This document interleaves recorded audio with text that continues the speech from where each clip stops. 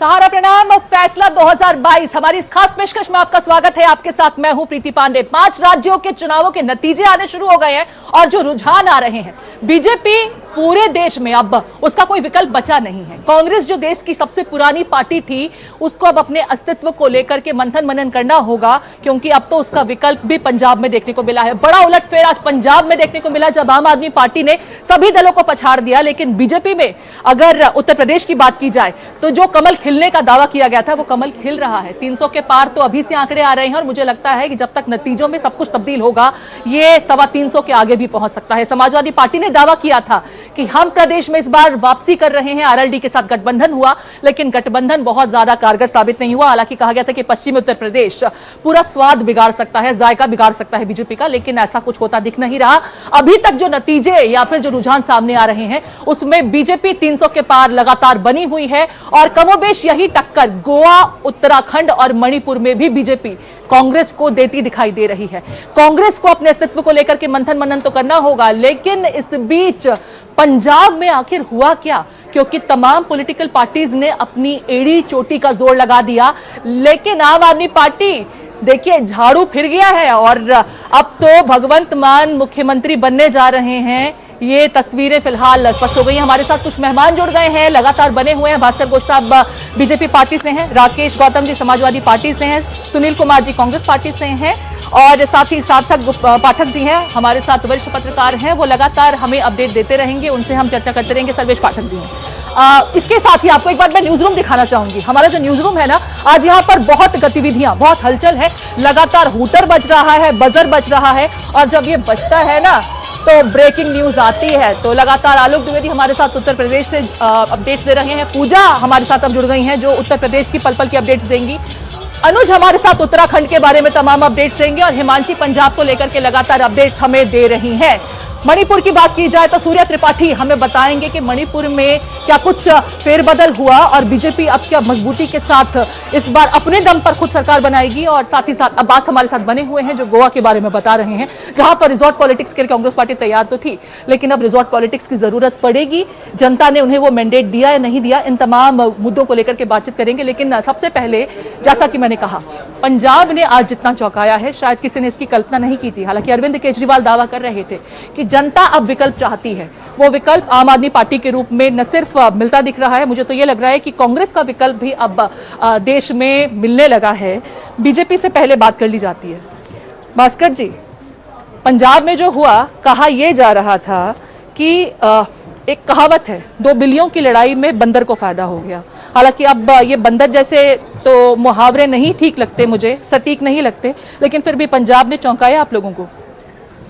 देखिए, पहले बात है, पंजाब में जो घटना घटी इलेक्शन के पहले, जैसे प्रधानमंत्री का कन्वॉय के ऊपर जो घटना घटी आप जानती हैं, इससे से पंजाब को, जनता को लगे कि पंजाब का जो मुख्यमंत्री है, पंजाब का सरकार जो है, वो अगर ड्रग्स को रोक नहीं पाए, सुरक्षा नहीं दे पाए, कुछ नहीं कर पाए, तो उनकी क्या काम। और उसी का आप देख रहे हैं, रुझानों में बहुत साफ नजर आ रही है कि पंजाब में कांग्रेस का सुफरा साफ हो गया। लेकिन सर, पूरे देश में मैं देख रही हूँ ना, 5 राज्यों के चुनाव हुए, बीजेपी बाकी तमाम जगहों पर प्रबल दावेदार है, सरकार भी बनाती दिख रही है। पंजाब में वो डबल इंजन वाला फॉर्मूला जो है वो हिट भी नहीं हुआ और स्ट्राइक भी नहीं कर पाया। किसान आंदोलन और आप लोगों की उदासीनता इसके पीछे एक वजह, या फिर वाकई अरविंद केजरीवाल ने जो ग्राउंड जीरो पर काम किया उसको आप लोगों ने असेसमेंट में हल्के में आंक लिया था और वही भारी पड़ गया? देखिए, पंजाब में आम आदमी पार्टी पहले से ही मौजूद है और उनके संख्या भी 14-15 तकरीबन एमएलए थे। हाँ, ये मैं मानता हूँ कि कृषि बिल लेकर के हमने जनता को समझा नहीं पाए ठीक से, वही शायद जनता थोड़ा कंफ्यूजन में रहा। लेकिन जनता का एक कंफ्यूजन बहुत साफ था कि पंजाब में कांग्रेस जो ड्रग और माफिया और इसका जो राजनीति कर रहे हैं, वो खात्मा होना चाहिए। आम आदमी पार्टी देखिए दिल्ली में आधा सरकार चलाती है और वहां पे जाके कैसे नया सरकार चलाएंगे ये तो भविष्य बताएगा। मैं वापस आती हूँ आपके पास। मनीष सिसोदिया दिल्ली के डिप्टी सीएम है, उनको सुन लेते हैं जरा। को एक मौका दिया है पंजाब के लोगों ने और आज पूरे देश में ये एस्टेब्लिश हो गया है कि गरीब आदमी के लिए, अपने बच्चों को पढ़ाने के लिए, नौकरी के लिए, भ्रष्टाचार झेल रहे लोगों के लिए, सबके लिए केजरीवाल जी का जो मॉडल ऑफ गवर्नेंस है वो एक उम्मीद है। लोग ये देख रहे हैं कि केजरीवाल जी होंगे तो ईमानदारी से व्यापार किया जा सकता है। गरीब आदमी ये सोचता है केजरीवाल जी होंगे तो ईमानदारी से सरकार की सेवाएं ली जा सकती हैं, अपने बच्चों को पढ़ाया जा सकता है, इलाज मिल सकता है। तो हर तरफ आज राष्ट्रीय स्तर पर यह बात स्थापित हुई है कि केजरीवाल जी की राजनीति, केजरीवाल जी के सरकार का चलाने का तरीका, जिसको हम केजरीवाल मॉडल ऑफ गवर्नेंस कह रहे हैं, इसको एक राष्ट्रीय पहचान मिली है। और ये एक मौका है, आज पूरे देश में सब लोग इस उम्मीद से देख रहे हैं कि शिक्षा की राजनीति, स्वास्थ्य की राजनीति, रोजगार की राजनीति, ईमानदारी की राजनीति, जो बाबा साहब का सपना था, जो भगत सिंह जी का सपना था, जो देश वो देखना चाहते थे जिस तरह का, आज केजरीवाल जी उसको साकार करके दिखा रहे हैं। सर, जब बात होती थी तो बहुत सारे पॉलिटिकल एनालिस्ट वो ये कहते थे कि दिल्ली में केजरीवाल जी के चेहरे की एक एक्सेप्टेंस है, उसके बाद मनीष सिसोदिया जी हैं, वहां पर जिस तरह से कैंडिडेट है, आपको लगता है कि भगवंत मान जी भी उम्मीदों पर खरे उतरेंगे लोगों के? भगवंत मान जी भी खरे उतरेंगे और ओवरऑल आम आदमी पार्टी का एक एक कार्यकर्ता इस बात को लेकर समर्पित है कि केजरीवाल जी ने जो देश को राजनीति की दिशा दी है कि सरकार बनाए, जनता से मौका मांगे, वोट ना मांगे, जनता से मौका मांगे, और जब जनता मौका दे तो फिर उनके बच्चों के पढ़ाने के लिए काम करें, उनके इलाज के लिए काम करें, उनकी नौकरियों के लिए काम करें, महिलाओं की सुरक्षा के लिए, उनकी उन्नति के लिए काम करें। ये सारी चीजें दिल्ली में करके दिखाई हैं, पंजाब में भी होंगी, और आज इसी चीज को लेके एक राष्ट्रीय स्तर पर उम्मीद बनी है अरविंद केजरीवाल जी की, आम आदमी पार्टी की। सर, थोड़ा जल्दबाजी होगी ऐसे सवाल पूछना, लेकिन मैं फिर भी पूछूंगा। दिल्ली अब पंजाब में लगभग सरकार बननी तय है, ये रास्ता अब धीरे धीरे कहां तक जाएगा? रास्ता धीरे धीरे ये जाएगा कि अब इस देश में जो केजरीवाल जी की राजनीति का मूल है, उनकी केजरीवाल मॉडल ऑफ गवर्नेंस का मूल है शिक्षा पे काम करना, स्वास्थ्य पे काम करना, महिलाओं के लिए काम करना, व्यापारियों के लिए ईमानदारी से काम करना, आम आदमी को ईमानदारी की गवर्नेंस देना, रोजगार पे काम करना, जिसका मैंने कहा कि भगत सिंह जी और बाबा साहब का जो सपना था, जैसा देश वो बनाना चाहते थे, अब ये रास्ता उधर जा रहा है। आज देश के हर युवा को उम्मीद है कि उसकी रोजगार की व्यवस्था हो, उसके बच्चों की शिक्षा की व्यवस्था हो, उसके घर में कोई बीमार पड़े तो इलाज की व्यवस्था हो, वो सरकार से कोई काम कराना चाहे तो ईमानदारी से, उसे रिश्वत ना देनी पड़े, उसे दलाली ना देनी पड़े। तो ये सारी चीज़ों पर आज केजरीवाल जी की राजनीति खड़ी है, और केजरीवाल जी का model of governance, Kejriwal model of governance Delhi में भी सक्सेसफुल हुआ, जनता के फायदे में हुआ, पंजाब में भी लोगों ने मौका दिया है, वहां भी आम आदमी का फायदा होगा। तो दिल्ली के डिप्टी सीएम मनीष सिसोदिया को आप सुन रहे थे, जिन्होंने सीधे तौर पर कहा दिल्ली मॉडल हिट है और पंजाब में भी वो फिट है। अरविंद केजरीवाल को पंजाब की जनता ने स्वीकारा है और उनके फॉर्मूले को सराहते हुए अब भगवंत मान को सीएम बनाने जा रहे हैं। सुनील कुमार जी कांग्रेस पार्टी से हैं, पंजाब में अब तक इनकी सरकार थी, लेकिन फिर कुछ ऐसा हुआ बीते 6 महीनों में जिसने कांग्रेस पार्टी की हवा यहां टाइट कर दी। 80 का दावा करने वाली पार्टी इस वक्त 30 सीटों पर भी नहीं पहुंच पा रही। सुनील जी, वजह? मैडम, वजह इसमें कहीं ना कहीं एक तो एंटी इनकम्बेंसी थी, और दूसरा जो बीजेपी है, अकाली दल है, उन्होंने आम आदमी पार्टी को जिताने में मदद की है। क्योंकि अगर दिल्ली मॉडल की बात करें, अभी मनीष सिसोदिया जी भ्रष्टाचार की बात कर रहे थे, इनकी निगम पार्षद अभी सीबीआई के द्वारा लेकर चर्चा करते हैं, इसको लेकर चर्चा करते हैं कि क्या कांग्रेस अपनी गलतियों की वजह से आज ये नतीजे भुगत रही है, या फिर वाकई जो आरोप लगाए जा रहे हैं ऐसा ही कुछ है, या फिर अरविंद केजरीवाल वाकई अपने हिट फॉर्मूले के साथ है। पहले हम डिप्टी सीएम यूपी के दिनेश शर्मा कुछ कह रहे हैं, वो सुन लेते हैं। सीएम पर विपक्ष सवाल उठा रहा था, इस पर क्या कहेंगे? अभी तो और भी नए नए प्रयोग लाएंगे विपक्ष, अभी हार के तमाम कारण और गिनाएंगे आपको, लेकिन मुझको लगता है हार के कारण गिनाने से अच्छा बेहतर यह है कि जनता की जनादेश को स्वीकार करने की आदत डालनी चाहिए। आपका संकल्प पत्र भारतीय जनता पार्टी का आया था, अब सरकार बनती है, आखिरी सवाल है, सरकार बनती है तो उन संकल्प पत्रों पर काम होगा? नहीं, पिछली बार भी जो संकल्प पत्र था हमने उसको अक्षरशः उसका पालन किया है, इस बार भी जो संकल्प पत्र होगा उसका अक्षरशः हम पालन करेंगे। तो ये है उत्तर प्रदेश के उप मुख्यमंत्री डॉक्टर दिनेश शर्मा, जिनका कहना है कि सरकार बनने के बाद जो भारतीय जनता पार्टी का संकल्प पत्र था उस पर अक्षरशः पालन होगा। सारा समय के लिए लखनऊ से कैमरामैन रजनीश कुमार और सहयोगी प्रदीप सिंह के साथ रजत सिन्हा। तो डिप्टी सीएम दिनेश शर्मा को आप सुन रहे थे, जिन्होंने सीधे तौर पर कहा कि जो वायदे पहले किए थे उसे हमने बखूबी निभाया, लिहाजा जनता हमें दोबारा सर माथे पर बिठा रही है। पंजाब से कुछ अपडेट्स थे, हिमांशी का रुख कर लेते हैं। प्रीति, भगवंत मान अभी करीब 5000 वोटों से आगे चल रहे थे, ये आंकड़ा बढ़ गया और 21000 वोटों का अंतर आ गया। 21000 वोटों से भगवंत मान आगे चल रहे हैं और सभी 117 सीटों पर रुझान आ चुके हैं, जिसमें 89 सीटों पर आप आगे चल रही है और कांग्रेस मुश्किल से रुझानों की अगर बात करें तो विपक्ष में बैठने लायक रह गई है। एक सीट से मतलब सत्ता से विपक्ष और वो भी बहुत अच्छा रिस्पेक्टेबल फिगर नहीं है अगर उनके एक पास। सीट और कम हो जाती है तो वो विपक्ष का जो एक क्राइटेरिया है 10% सीट होने का वो भी पा नहीं पा रही है। मतलब एक रिस्पेक्टेबल विपक्ष की भूमिका में भी आम आदमी पार्टी की वजह से कांग्रेस पंजाब में रह रही कि यूपी से कुछ खबर आ रही है। पूजा बिल्कुल, देखिए सबसे बड़ी बात यह है कि जो उत्तर प्रदेश में 300 का पार का नारा जो बीजेपी लगातार देती आई थी प्रीति, वो उस पर बरकरार होते हुए नजर आ रहे हैं निश्चित रूप से। लेकिन एक अपडेट यहाँ पर मैं देना चाहती हूँ कि देखिए यूपी में जो बीजेपी छोड़ने वाले 3 बड़े नेता थे, स्वामी प्रसाद मौर्य, दारा सिंह चौहान और धर्म सिंह सैनी, वो तीनों ही नेता इस वक्त पीछे नजर आ रहे हैं। ओम प्रकाश राजभर की बात कर ले अगर, तो ओम प्रकाश राजभर भी इस वक्त पीछे नजर आ रहे हैं। और बड़ा अपडेट यह है कि देखिए करहल सीट पर जिस तरह से बीजेपी ने एसपी सिंह बघेल का नाम उतारा था, एसपी सिंह बघेल इस वक्त पीछे नजर आ रहे हैं और अखिलेश यादव बढ़त बना रहे हैं कई हजार। मैनपुरी में क्या कुछ कहता है, मैनपुरी में क्या कुछ कहता है? हमने खबर ये मिल रही है कि मैनपुरी में भी कहीं किसी एक सीट पर समाजवादी पार्टी को पिछड़ता हुआ देखा जा रहा है। बिल्कुल, देखिए मैनपुरी तो गढ़ माना जाता है समाजवादी पार्टी का और सारी सीटों पे फिलहाल जो है आंकड़ा वो लगातार बरकरार है। टक्कर दोनों सीटों पर देखी जा रही है, लेकिन जो ये करहल की सीट है ये बहुत इंटरेस्टिंग सीट है क्योंकि अखिलेश यादव और एसपी सिंह बघेल में हम टक्कर लगातार देख रहे हैं। अमित शाह ने कहा भी था कि अगर यहीं पर अखिलेश को पटकनी दे दी जाए तो उसके बाद कहीं जरूरत ही नहीं पड़ेगी, विपक्ष तो पूरी तरह से खत्म हो जाएगा। उत्तराखंड से अपडेट आ रही है, अनुज का हम रुक कर लेते हैं। अनु, प्रीति देखिए 70 में से 70 सीटों के जो रुझान है वो सामने आ चुके हैं, लेकिन इस बार जो उत्तराखंड का रिजल्ट आया है निश्चित तौर पर वो बेहद अप्रत्याशित रिजल्ट है। अप्रत्याशित मैं इसलिए कहूंगा कि 22 वर्षों का उत्तराखंड हो चुका है, अपने गठन के 21 साल पूरे कर चुका है और 22वें वर्ष में प्रवेश कर चुका है।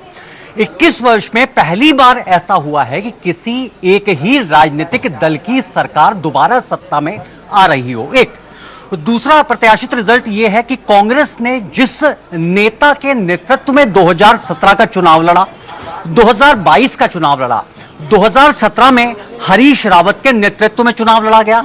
हरीश रावत 2 सीटों से विधानसभा में उतरे, पहली थी हरिद्वार ग्रामीण और दूसरी थी किच्छा। किच्छा से भी बुरी तरह हारे, हरिद्वार ग्रामीण से भी बुरी तरह हारे। इस बार रामनगर से पहले उन्होंने टिकट लिया, उसके बाद राजनीतिक समीकरण को देखते हुए रामनगर से अपना टिकट चेंज करवाकर वो लालकुआ विधानसभा सीट में आए, वहां से भी बुरी तरह हारे। हरिद्वार ग्रामीण से उन्होंने अपनी बेटी को खड़ा किया, वो भी वहां से पीछे चल रही है। तो जाहिर तौर पर जो राजनीतिक कद था उत्तराखंड में, जो सबसे बड़े नेता के तौर पर हरीश रावत जाने जाते थे, उनका राजनीतिक कद कहीं ना कहीं गिरा है। लेकिन यहाँ पर अनुज एक सवाल मैं जानना चाहती हूँ, इस चीज के बारे में मुझे बताइए कि कांग्रेस पार्टी कहीं इसके पीछे खुद जिम्मेदार नहीं है, क्योंकि हरीश रावत को सीएम के फेस पर भी ऑफिशियली डिक्लेयर नहीं किया गया चुनाव। निश्चित तौर पर नहीं किया गया था, लेकिन जिस तरह से उनके राजनीतिक कार्यक्रम सामने आ रहे थे, जिस तरह से प्रीतम सिंह के साथ उनकी नोकझोंक, एक मंच पर दोनों का ना होना, एक मंच पर होना तो दोनों के जो सपोर्टर्स हैं, दोनों के जो समर्थक हैं, उनकी आपस में बहसबाजी, कई बार मीडिया के सामने हाथापाई होना, तो अपने संगठन के भीतर जो भीतर घात दिखाई दे रहा था एक दूसरे गुट के प्रति, तो वो किसी हद तक जिम्मेदार है। तो दूसरे जो उनका चुनावी मैनेजमेंट होना चाहिए था वो निश्चित तौर पर बीजेपी की तुलना में तो बहुत कमजोर था। लेकिन कुल मिलाकर के हरीश रावत, आर्यू में आपके पास अपडेट्स आ रही हैं, हरीश रावत कुल मिलाकर के भले ही विपक्ष का सबसे बड़ा चेहरा, लेकिन कांग्रेस पार्टी ने खुद उन्हें उस भूमिका में प्रोजेक्ट नहीं किया। नतीजा, चुनावों के जो नतीजे आ रहे हैं उसमें हमें दिखाई दे रहा है। सुनील जी से हम बात कर रहे थे यहाँ पर। सुनील जी, अगर कांग्रेस की ही बात की जाए तो कांग्रेस न मालूम क्यों अपने जो सीनियर लीडर्स हैं उनको वो तवज्जो नहीं दे पाई। पंजाब में जो हुआ हश्र हम देख रहे हैं, उत्तराखंड में जो हुआ हश्र हम देख रहे हैं। पार्टी के सीनियर लीडरशिप को अब मंथन मनन करना चाहिए, या फिर जो सीनियर्स की उपेक्षा हमेशा होती रही उसका नतीजा इन चुनावों में दिख रहा है? नहीं, ये जो रिजल्ट है इनको लेकर तो हम मंथन करेंगे, परंतु ऐसा कुछ नहीं है। आज भी हमारे यहाँ सीनियर्स की कदर है और हरीश रावत जी को फ्री हैंड दिया गया था, उनके ऊपर कोई लगाम नहीं थी। और वो तो सबको मालूम है, दिल्ली तक में तलब करना पड़ा। नहीं, वो देखो छोटी मोटी सब हर पार्टी में होती है, परंतु हरीश रावत जी को फ्री हैंड था, उन्हीं के नेतृत्व में इलेक्शन लड़ा गया। दूसरी बात, जो कैप्टन साहब का था, कैप्टन साहब जो है ना डिक्टेटरशिप की तरफ जा रहे थे, और पार्टी हमारी लोकतांत्रिक है, और कहीं ना कहीं जो भाजपा कहीं भाजपा जो थी उसने हमारी पार्टी में फूट डाली और वे कामयाब रहे। और टोटल बज रहा है। पहले मैं मणिपुर चली जाती हूँ, मणिपुर में ब्रेकिंग आई है, सूर्या त्रिपाठी के पास जाते हैं। मणिपुर से क्या कुछ अपडेट्स? मणिपुर के लिए दिलचस्प है क्योंकि कांग्रेस से यहाँ पर पूर्व मुख्यमंत्री ओकराम इबोबी सिंह 3 बार मुख्यमंत्री रहे हैं और उनके लिए बड़ी खबर है, 800 वोट से वो पीछे चल रहे हैं। 15 साल से इस सीट पर कांग्रेस का कब्जा है और कांग्रेस इस बार बहुत नीचे है। 2012 में कांग्रेस ने सरकार बनाई वहां पर और 2012 से बीजेपी का जब सफर तय हुआ, इस बार भारतीय जनता पार्टी इतिहास रचने मणिपुर में जा रही है। पूर्वोत्तर ऐसा पहला राज्य होगा जहां पर बीजेपी अपने दम पर सरकार बना रही है, जहां पर 2012 में सिर्फ और सिर्फ शून्य पर काबिज थी। लेकिन पिछली बार भी जोड़ तोड़ के जरिए तो पहुंच ही गए थे ना। 26 से 27 सीटें और शून्य से लेकर 26 से 27 सीट का सफर और मात्र 10 साल। सिर्फ और सिर्फ जेपी नड्डा की एक बात लगातार मन से कही उन्होंने कि हमने अस्थिर राज्य को स्थिर कहा है। मणिपुर बहुत शांत राज्य है। फ्री स्कूटी महिलाओं के लिए 200 रुपए पेंशन से लेके 2000 रुपए करना, ये तमाम मुद्दे। और मुख्यमंत्री जो इस समय एन बीरेन सिंह मौजूद हैं, जिस राज्य का मुखिया एक पार्टी से दूसरे पार्टी में जाता है वहां पर मुख्यमंत्री बनता है तो बहुत अलग हो जाता है। मणिपुर की लोगों पर नजर ना हो, लेकिन मणिपुर पूर्वोत्तर में ऐसा पहला राज्य है जहां पर भारतीय जनता पार्टी अपने दम पर यहाँ से बीजेपी एक नई तस्वीर लेकर के उभरेगी। आ रही हूं सूर्या, आपके पास वापस लौटूंगी। अपडेट्स लगातार आ रहे हैं, पंजाब से लेकर के उत्तर प्रदेश, उत्तराखंड, मणिपुर, तमाम जगहों से लगातार अपडेट्स हमें मिल रही हैं। हमारी टीम लगातार हमें पल पल की अपडेट दे रही है। हम सुनील जी से बात कर रहे थे, लेकिन उत्तर प्रदेश का भी जिक्र करना चाहूंगी। समाजवादी पार्टी जो बड़े दावे कर रही थी, कहा यह जा रहा था कि बीजेपी को रिप्लेस करेगी और वापसी करेगी।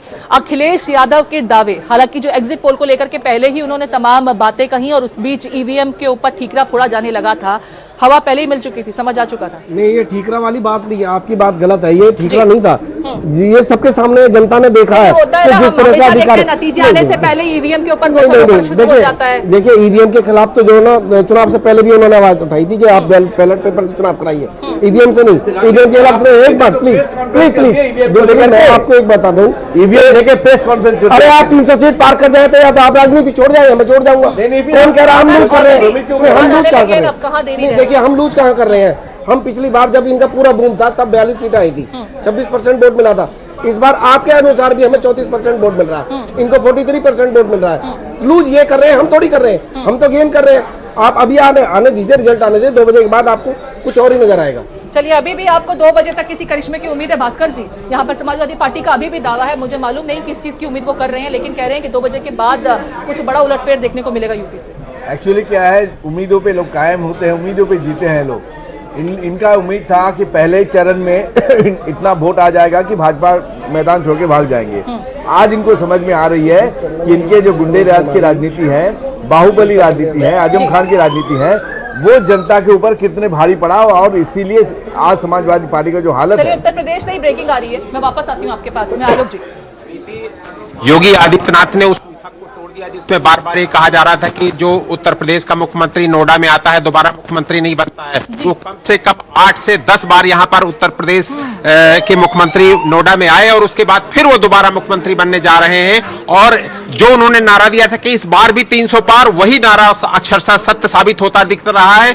लगभग 300 के फिगर के आसपास बीजेपी मेंटेन कर रही है और कोई बड़ी बात नहीं है कि पिछली बार का जो रिकॉर्ड था, पिछली बार का जो 314 का रिकॉर्ड था भारतीय जनता पार्टी का, उस रिकॉर्ड को भी भारतीय जनता पार्टी तोड़े। और पिछली बार के आंकड़े को भी इस बार बीजेपी ब्रेक करके एक नया रिकॉर्ड बनाएगी। हालांकि योगी आदित्यनाथ नोएडा कई बार आए और वाकई नोएडा के लिए कहा जाता है कि जो मुख्यमंत्री यहां आ जाता है उसके बाद उसकी कुर्सी बचती नहीं है, लेकिन इस मिथक को भी तोड़ने का काम किया यूपी के सीएम योगी आदित्यनाथ ने। उत्तराखंड से ब्रेकिंग। देखिए, उत्तराखंड से जैसे हम बात कर रहे थे कि कांग्रेस के लिए एक बड़ा झटका है हरीश रावत का 6,500 से ज्यादा वोटों से पीछे होना।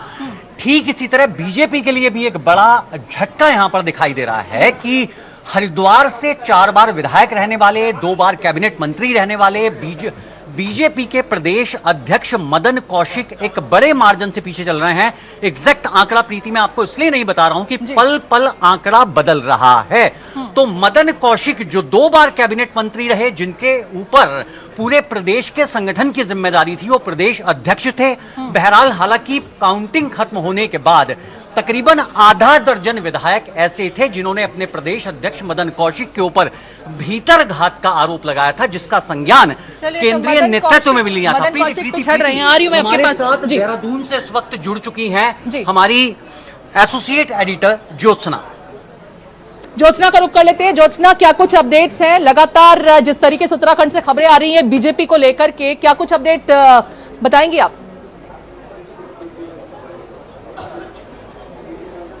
ज्योत्सना का रुख करेंगे। आपको बता दें उत्तराखंड में इस वक्त एक बार फिर से एक जो कहा जाता है कि हमेशा उत्तराखंड में या तो बीजेपी की सरकार बनती है या फिर कांग्रेस की सरकार बनती है, लेकिन इस बार कुछ अलग होने जा रहा है। बीजेपी रिपीटिशन करने जा रही है। हूटर लगातार बज रहा है। ज्योत्सना का भी हम रुख करेंगे दोबारा से, लेकिन लगातार मैं इस वक्त देखूं कि हूटर कहां से बजा है। प्रीति, मणिपुर की बात करें तो 34 सीटों पर भारतीय जनता पार्टी आगे चल रही है और 31 का बहुमत का आंकड़ा है। मानिए कि आप बीजेपी ने बहुत कमाल किया है। मणिपुर की छोटा राज्य है, 60 सीटों के पूर्वोत्तर के राज्य में 34 सीटें फिलहाल रुझानों में आगे चल रही है बीजेपी। और वहां पर एक थवला सीट है जिस पर कांग्रेस का कब्जा है, वो सीट बहुत महत्वपूर्ण है कांग्रेस के लिए। बीजेपी सिर्फ और सिर्फ 800 वोट से वहां पर पीछे चल रही है। मतलब ज्यादा मार्जिन नहीं है, मार्जिन कभी भी खत्म हो सकता है। गोवा को लेकर के क्या कुछ अपडेट है? जी देखिए, 19 सीटों पे बीजेपी आगे चल रही है और 12 सीटों पे कांग्रेस आगे चल रही है। गैप बहुत बढ़ गया, पहले बहुत कांटे की टक्कर थी, लेकिन ये गैप बढ़ गया। लेकिन जो क्षेत्रीय पार्टी हैं वो भी 9 सीटें ले जा रही हैं आम आदमी पार्टी के साथ। तो अगर क्षेत्रीय पार्टी कांग्रेस के साथ मिलती है तो सरकार बना सकती है कांग्रेस। और अभी तक तो बीजेपी जो है बहुमत की तरफ जाती दिख रही है। जो आंकड़ा है सरकार बनाने के लिए काफी है क्या? 21 सीटें चाहिए ना, सिर्फ 40 सीटें। तो 21 मतलब सीटों अगर अन्य का साथ मिल जाए तो बीजेपी बहुत आसानी के साथ सरकार बना सकती है, यानी कि गोवा में भी बीजेपी ही सरकार बनाने जा रही है। लगभग तस्वीर तो फिलहाल यही कहती है। हम अपने तमाम मेहमानों का एक बार फिर से रुख कर लेते हैं। तमाम एक्सपर्ट्स हमारे साथ लगातार बने हुए हैं। कुणाल है हमारे साथ, राजनीतिक विश्लेषक, उनका मैं रुख करूंगी। कुणाल, पहले तो स्वागत है आपका। जो नतीजे आ रहे हैं, चौंका रहे हैं या फिर उम्मीद यही थी? नहीं, आई थिंक आज का जो विनर है वो तो केवल आम आदमी पार्टी को ही बोला जाएगा, क्योंकि किसी ने एक्सपेक्ट नहीं करा था कि एक आम आदमी पार्टी इतनी लंबी स्वीप मार देगा जैसे दिल्ली में उन्होंने मारी। और जैसे हमने देखा 15 साल शासन में रहने वाली कांग्रेस बिल्कुल दिल्ली में 0 पे चली गई है। और उसी प्रकार से ऐसा लग रहा है कि पंजाब में भी कहीं ना कहीं कांग्रेस ने अपना सेल्फ गोल कर लिया है बहुत बड़ा।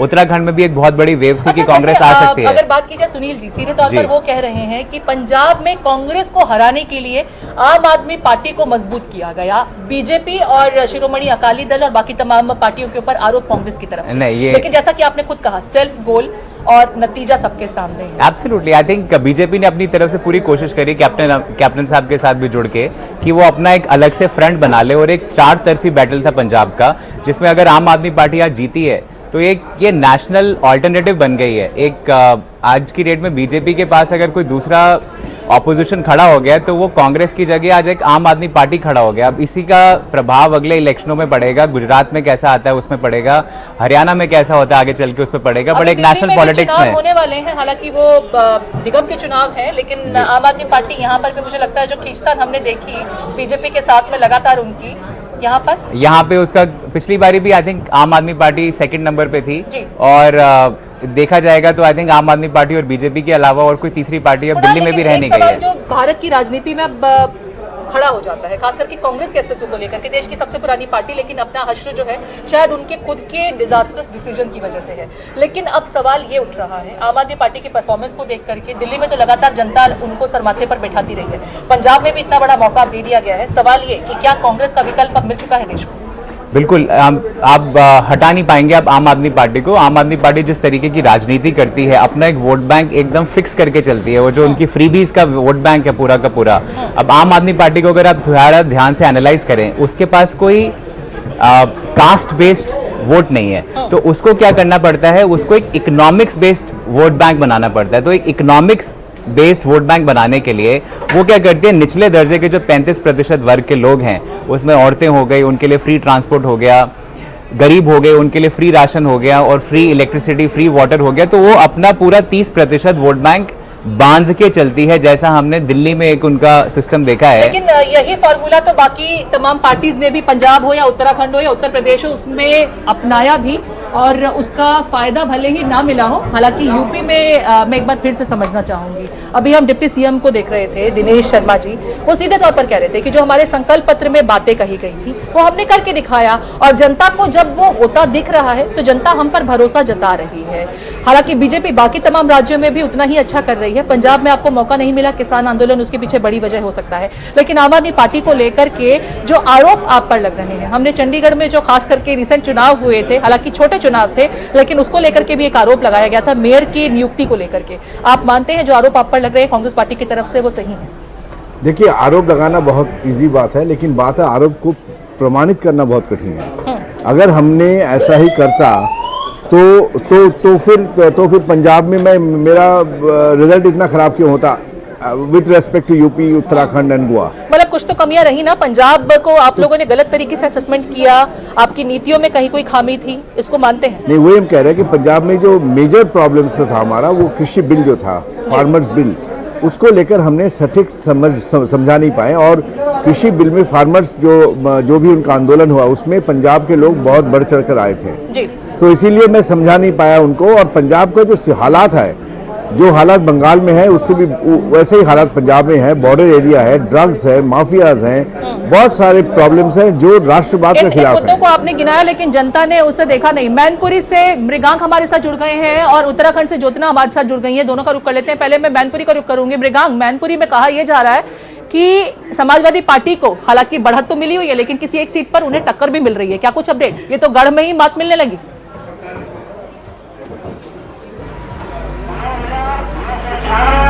देखिए, मैनपुरी की ज्यादा स्थिति है। मैनपुरी में 4 सीटें हैं। भौगांव की सीट है, मैनपुरी की सीट है, करल की सीट है, किश्ती की सीट है। ये चारों सीटों पर समाजवादी पार्टी आगे चल रही है।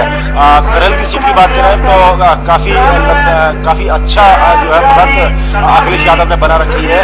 चौथे राउंड तक ये बढ़त लगभग 17,000 वोटों तक की थी, 17,000 वोटों थी और लगातार वो बढ़त 2-3 हजार करके हर राउंड में बढ़ती चली जा रही है। इसी तरीके से किश्ती में स्लेंडर मार्जिन है समाजवादी पार्टी को। भौगांव में भी स्लेंडर मार्जिन है, कोई ज्यादा मतलब अच्छा परफॉर्म नहीं कर रहा है, जबकि ये समाजवादी पार्टी का गढ़ माना जाता है। किसी सीट पर 375 वोटों से आगे है, किसी सीट पे 1000 वोटों से आगे, और कई बार मौका ऐसा भी आता है कि एक बार वो पीछे भी चले जाते हैं। तो लगभग चारों सीटों पर आगे चल रहे हैं, केवल अखिलेश यादव को छोड़ के बाकी तीनों सीटों के ऊपर काफी जो है क्लोज कंटेस्ट यहाँ देखने को मिल रहा है। जी चलिए ज्योत्सना का रुख कर लेते हैं। उत्तराखंड में कांग्रेस पार्टी दावा कर रही थी कि हमारी वापसी हो रही है। हरीश रावत अभी हमने 2 दिन पहले सुना था, वो सीधे कह रहे हैं कि एग्जिट पोल से तो उन्हें अब भरोसा हो गया है कि कांग्रेस की वापसी होगी, लेकिन नतीजे तो बहुत ज्यादा कांग्रेस पार्टी के हक में आते दिख नहीं रहे, बल्कि मुझे लगता है कि सरकार तो बीजेपी की ही बनती दिख रही है। क्या कुछ तस्वीर आप देख पा रही हैं?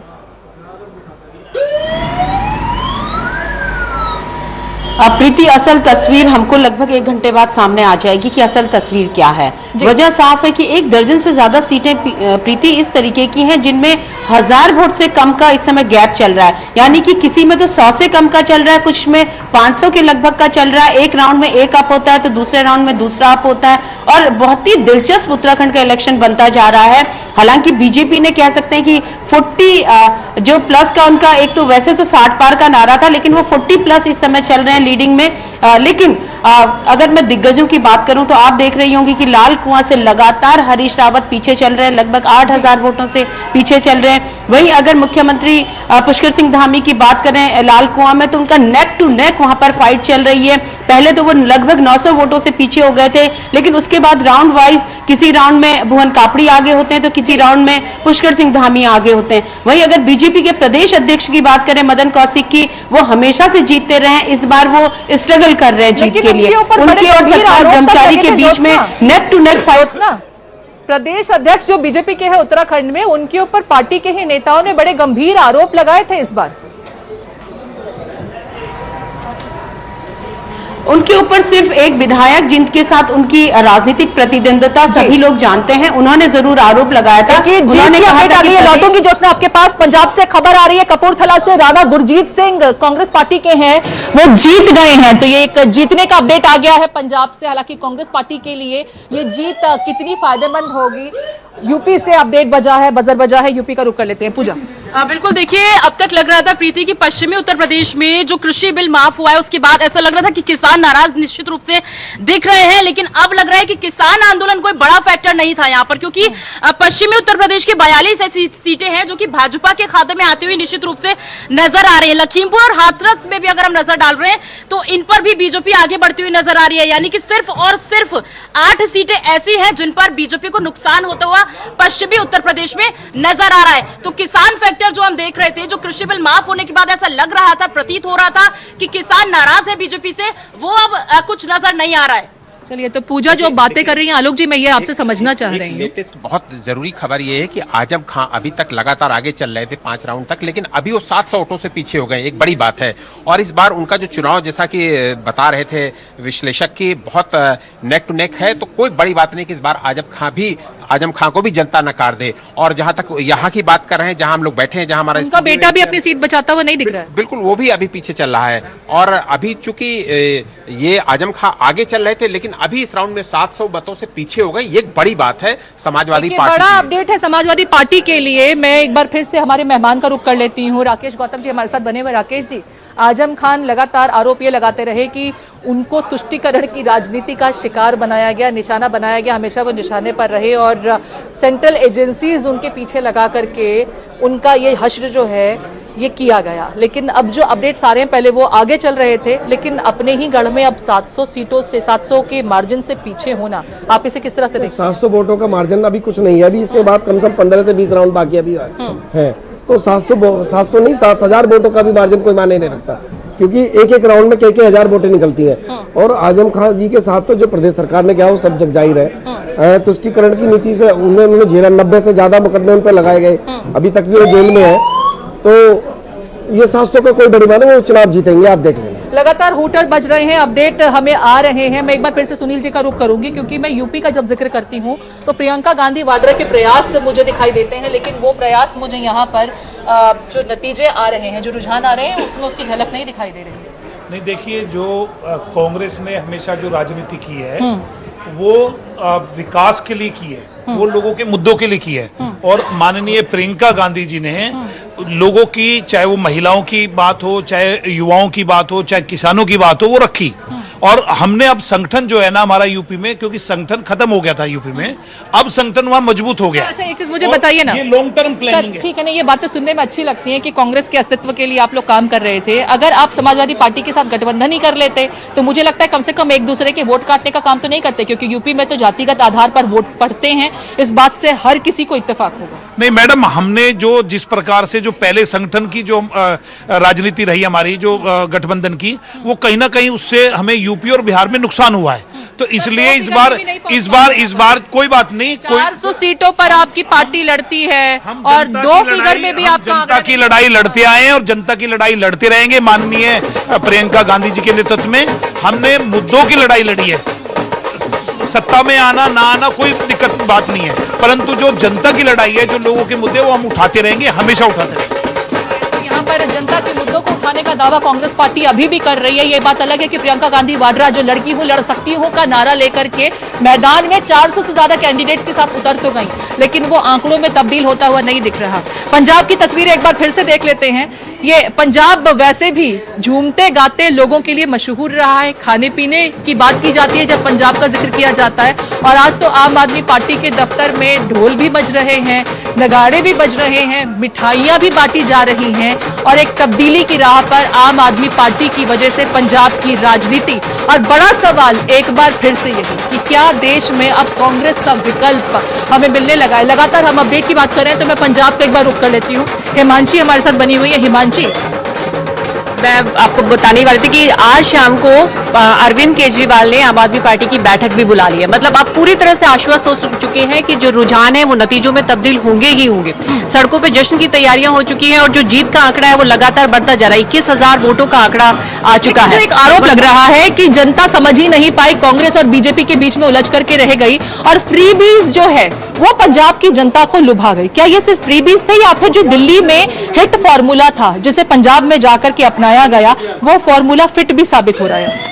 कहीं ना कहीं वो हुआ, क्योंकि उसने सीधे तौर पर अपने आप से जोड़ा, क्योंकि एक कटाक्ष किया गया था उनके कपड़ों पर कि अरविंद केजरीवाल किस तरह की वेशभूषा करते हैं। हालांकि पूरा बयान ना करके उन्होंने उस एक लाइन को ही लेकर चले अरविंद केजरीवाल की, कोई बात नहीं, मैं जिस तरह की वेशभूषा अपनाता हूँ ठीक है, लेकिन मेरी माताएं बहनें जब फ्री में अच्छे कपड़े पहनेंगे तो मुझे बहुत अच्छा लगेगा। तो वो भावनात्मक रूप से आम आदमी से कैसे जुड़ना है वो नब्ज जानते हैं, कैसे जुड़ना है, जनता की नब्ज पर टटोलना बखूबी जानते हैं अरविंद केजरीवाल। उत्तराखंड से अपडेट्स आ रही है। देखिए, जो अपडेट है उत्तराखंड से वो राजधानी देहरादून से है। देहरादून की 2 महत्वपूर्ण सीटें, रायपुर सीट जो कभी कांग्रेस का परंपरागत गढ़ मानी जाती थी, वहां से भारतीय जनता पार्टी के खजानदास तकरीबन 5.6 मतलब 5,558 ये 2-3 मिनट पहले का आंकड़ा है, अभी ये आंकड़े में चेंज आ सकता है, इससे आगे चल रहे हैं। तकरीबन 6000 मतों से भारतीय जनता पार्टी के जो उम्मीदवार हैं खजान दास, वो रायपुर सीट से आगे चल रहे हैं। उसके साथ ही विकास नगर, जिस वक्त नारायण दत्त तिवारी उत्तर प्रदेश के मुख्यमंत्री हुआ करते थे, उत्तराखंड का गठन नहीं हुआ करता था, तब से ये सीट कांग्रेस के प्रभाव वाली सीट मानी जाती है। और कुछ तस्वीरें दिखा देते हैं, ये जश्न की तस्वीरें आपको देखनी चाहिए। अब यूपी से भी जश्न की तस्वीरें आने लगी हैं, लेकिन ये जश्न बीजेपी के दफ्तर में बीजेपी के कार्यकर्ताओं के बीच मन रहा है, और वो भी क्यों ना 300 पार का नारा, और वो सही साबित होता हुआ दिखाई दे रहा है। भास्कर जी, भैया तो मुझे लगता है आपको भी मंगा लेनी चाहिए। जरूर बधाई होना चाहिए, और जनता के आशीर्वाद से हम लोग और एक बार यूपी का जनसाधारण को सेवा करने का मौका मिला, इसलिए बहुत बहुत बधाई। और ये और एक बार ये दर्शाता है कि गुड गवर्नेंस, जो मोदी जी और योगी जी का सबसे बड़ा नारा है, गुड गवर्नेंस के सिवा इस देश किसी और चीज को कंसिडर करने के लिए तैयार नहीं है। चाहे कास्ट की राजनीति हो, चाहे धर्म की राजनीति हो, कई भी राजनीति वो अपनी अपनी जगह पे है, लेकिन गवर्नेंस को राजनीति, जिसके लिए योगी जी सबसे बड़ा आइकॉन आज बन गए यूपी में, तो उस गवर्नेंस का राजनीति में भाजपा बार बार सफल रहा। इसका और एक प्रमाण इस यूपी का जो चुनाव हुए हैं, उस चुनाव में आप दिखता जा रहा है। चलिए एक बार फिर से समाजवादी पार्टी के हमारे रिप्रेजेंटेटिव का मैं रुख कर लेती हूँ। हूटर भी लगातार बज रहे हैं, हूटर की तरफ भी मैं जाऊंगी। यहाँ पर राकेश जी, एक सवाल मैं करना चाहती हूँ। अखिलेश यादव ने तमाम वो मुद्दे उठाए जिसको लेकर के आपको लगता था कि जनता आप पर भरोसा जताएगी और आपके हक में वोट डालेगी, लेकिन पश्चिमी उत्तर प्रदेश से भी जो खबर आ रही है, खासकर के वेस्टर्न यूपी, जहां पर किसान आंदोलन का खासा जोर रहा था, वहां से भी आप लोगों के लिए बहुत अच्छे आंकड़े नहीं आते दिख रहे हैं। देखिए, पश्चिमी उत्तर प्रदेश में जो हमारा गठबंधन के जो साथी थे जयंत चौधरी जी, उनकी पार्टी को मैक्सिमम सीटें पश्चिमी उत्तर प्रदेश में दी गई थी, और उन्होंने अपने हिसाब से अपने प्रत्याशी खड़े किए थे। समाजवादी पार्टी यहाँ के प्रत्याशी यहाँ कम थे, उन्होंने अपने तरीके से चुनाव लड़ा था। अब ये तो जनता को देखना था कि इसमें, लेकिन कहा जाता है ना, रैलियों में तो भीड़ बढ़ चढ़ करके दिखाई दे रही थी, वो भीड़ वोटों में तब्दील नहीं हुई। फिर आरोप लगाए जाते हैं कि ये भीड़ तो जी जनाब बुला ली जाती है, जो रैलियों में भीड़ आती है दरअसल वो वोट कास्ट करती है कि नहीं, ये बड़ा सवाल है। और आपके केस में तो मुझे लगता है कि ये सवाल, इसका मंथन मनन आपको करना चाहिए। देखिए, आपके आंकड़ों के अनुसार 43% वोट बीजेपी को दिखाई दे रहा है, यानी 57% बीजेपी के खिलाफ रहा। प्रदेश की आधे से ज्यादा % जनसंख्या जो बीजेपी के खिलाफ रही है। अभी बहुत कुछ होना बाकी है, अभी देखते रहिए। आप बहुत कुछ होने का अभी भी दावा कर रहे हैं। पोलिंग परसेंटेज भी तो कम हुआ है, उसमें 43% अगर बीजेपी को मिल गया तो नहीं 10%। गोरखपुर में अरशद जमाल हमारे साथ जुड़े हुए हैं, उनका रुख कर लेते हैं। अरशद, गोरखपुर में क्या कुछ तस्वीर, मुख्यमंत्री योगी आदित्यनाथ यहाँ पर प्रचंड बहुमत से न सिर्फ आगे चल रहे हैं, बल्कि गोरखपुर से बड़ी अच्छी उत्साहवर्धक बीजेपी के लिए खबरें आ रही हैं। बिल्कुल जाहिर सी बात है। देखिए, गोरखपुर सदर सीट से योगी आदित्यनाथ चुनाव लड़े हैं और तकरीबन 34,000 वोट से 10वें राउंड में वो आगे चल रहे हैं। ऐसे कि देखा जाए 34,000 वोट से 10वें राउंड में वो आगे चल रहे हैं। ऐसे में देखा जाए, कमोबेश स्थिति देखा जाए तो गोरखपुर की 9 विधानसभा की सीटों की बात करें तो ग्रामीण जो सीट है वो बीजेपी और सपा के टक्कर में है, तकरीबन 10 से 12 मतों से आगे पीछे चल रहे हैं। लेकिन और जो जितनी सीटें हैं उसमें तकरीबन सभी जो प्रत्याशी हैं वो बीजेपी के प्रत्याशी हैं और आगे बढ़ रहे हैं। लेकिन वहीं चौरी चौरा की बात की जाए, चौरी चौरा में सपा ने बढ़त बनाई हुई है। तो ऐसे में देखा जाए, योगी आदित्यनाथ 34,000 से जिस तरह से लीड ले रहे हैं, और उसके साथ ही जैसे ही लीड लिया उन्होंने, वापस लौटूंगे आपके पास में। भगवंत मान आम आदमी पार्टी का सीएम चेहरा और अब तो मुख्यमंत्री बनने जा रहे हैं। तस्वीरें आप देख लीजिए। चेताली का बहुत बहुत स्वागत जी मौजूद को।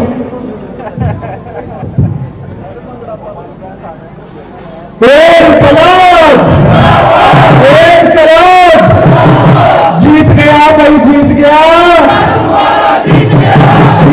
भाई, जीत गया। केजरीवाल तेरी सोच पे, भगवंत मान तेरी सोच पे। आज परमात्मा ने, गुरु महाराज ने अपना मेहर वाला हाथ अपने बच्चों पे, आम आदमी पार्टी पे रखा है, और एक बहुत बड़ी जिम्मेदारी पंजाब के लोगों ने आम आदमी पार्टी को दी है। हमने तो पंजाबियों को कहा था झाड़ू चला दो, पंजाबियों ने वैक्यूम क्लीनर ही चला दिया।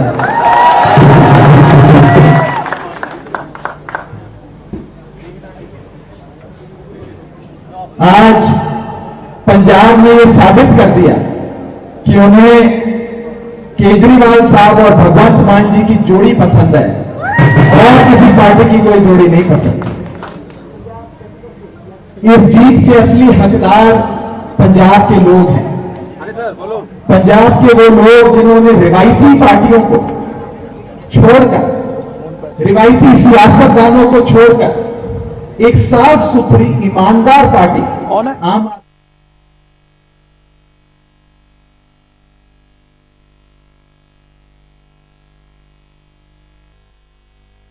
शादी पे सजना संवरना तो लगा ही रहता है, पर मौके पर चार चांद लगाने के लिए मेरे पास है ऐश ब्रा का ब्यूटीफुल कलेक्शन।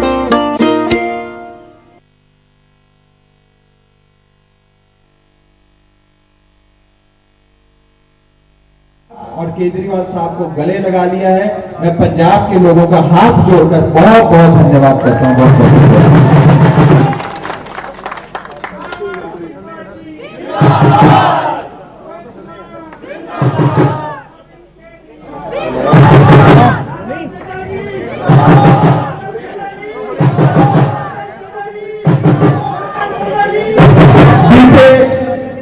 बीते कुछ महीने इन सारी दूसरी पार्टियों ने हम सब पर खूब आरोप लगाए, कीचड़ उछालने की कोशिश करी, केजरीवाल साहब को आतंकवादी तक कह डाला।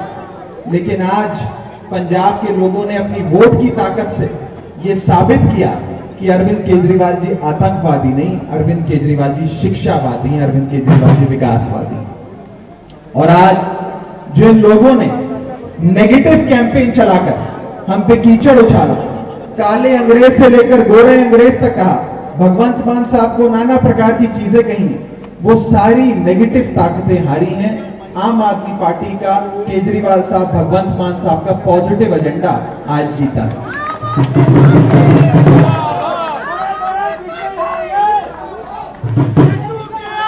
आज ये साफ नजर आता है कि जब देश का आम आदमी खड़ा होता है, जब आम घरों के लोग सियासी मैदान में आकर ठान लेते हैं, ईमानदारी से, नेक नियति से किसी चीज को सोच लेते हैं, तो फिर बड़े बड़े सिंहासन डोल जाते हैं, बड़े बड़े नेताओं के सिंहासन डोल जाते हैं।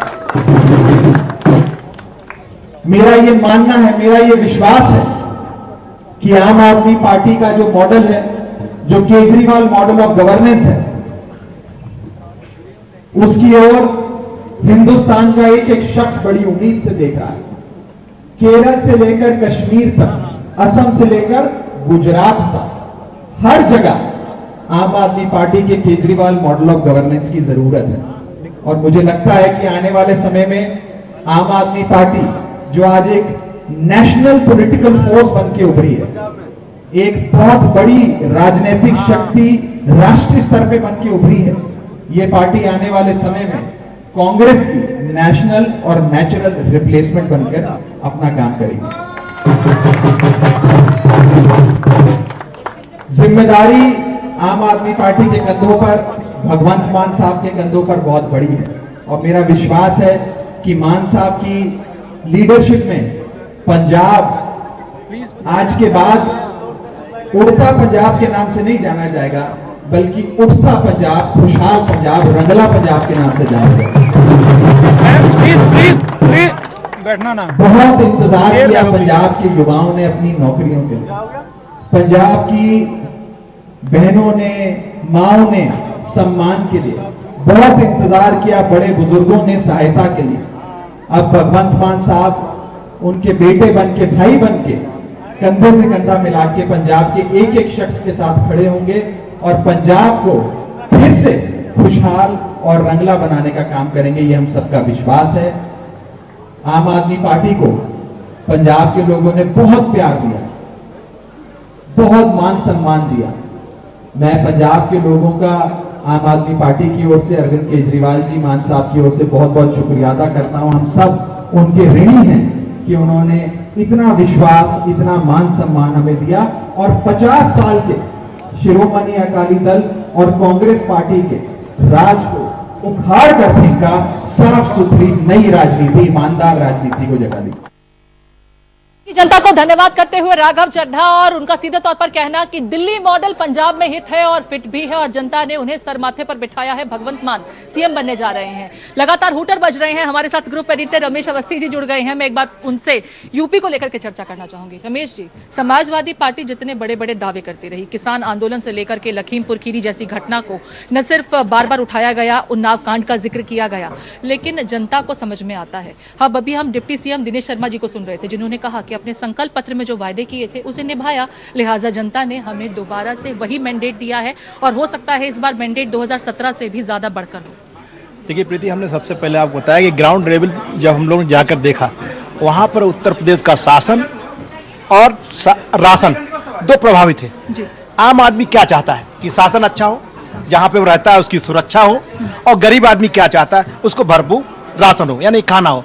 तो गरीब आदमी को राशन मिल रहा था और जो मध्यम वर्गीय परिवार था उसको सुरक्षा मिल रही थी। महिलाओं की सुरक्षा हो, चाहे आम आदमी की सुरक्षा हो, चाहे सांप्रदायिक दंगे हों या अपहरण की घटनाएं हों, ये 5 साल में बिल्कुल लगभग खत्म थी हो गई हैं। तो आम आदमी ने कहा कि भाई हमें वोट भारतीय जनता पार्टी को ही हम वोट दें, हम समाजवादी पार्टी को वोट क्यों दें। और एक बात मैं आपको बताना चाहता हूँ, पिछली बार अगर समाजवादी पार्टी विशेषकर अखिलेश यादव के आने का अगर प्रमुख कारण क्या था, सबसे पहले अखिलेश यादव ने जो अपराधियों के खिलाफ मोर्चा खोला, यानी कि अपनी जो छवि उन्होंने बनाई वो अपराधियों के खिलाफ बनाई।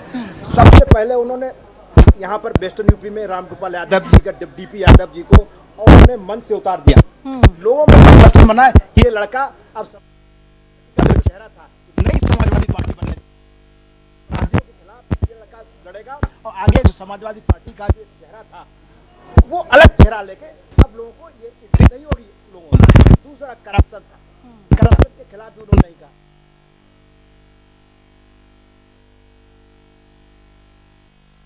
क्या शर्मा रहा है? दांत खाज खुजली है, हमें भी होती है। चर्म रोगों पर पड़े भारी, सालिम लोशन है पुराना खिलाड़ी। Salim lotion, fastest, trusted, tested, PDO. Salim lotion. Yogi ने शुरुआत से ही, चाहे योगी जी का जो बुलडोजर आपने देखा, जहाँ कार्यक्रम, ये बुलडोजर बड़ा हिट रहा। जनसभाओं में हमने उनको प्लेसमेंट देखा, बाकायदा बुलडोजर सजाए भी गए और योगी जी के वीडियो वायरल हुए थे जिसमें कहा गया ये बुलडोजर हमारी सभाओं में भी आते हैं। तो उन्होंने कहा बुलडोजर हमारा अपराधियों के खिलाफ भी आता है, बुलडोजर हमारा विकास की निशानी भी है। हम इससे रोड भी बना रहे हैं, इससे अपराधियों का सफाया भी कर रहे हैं। तो आम आदमी को हिट हुआ। आम आदमी ने कहा कि मुझे, जो गरीब आदमी था उसने कहा मुझे राशन मिल रहा है, जो मध्यम वर्गीय था उसने कहा।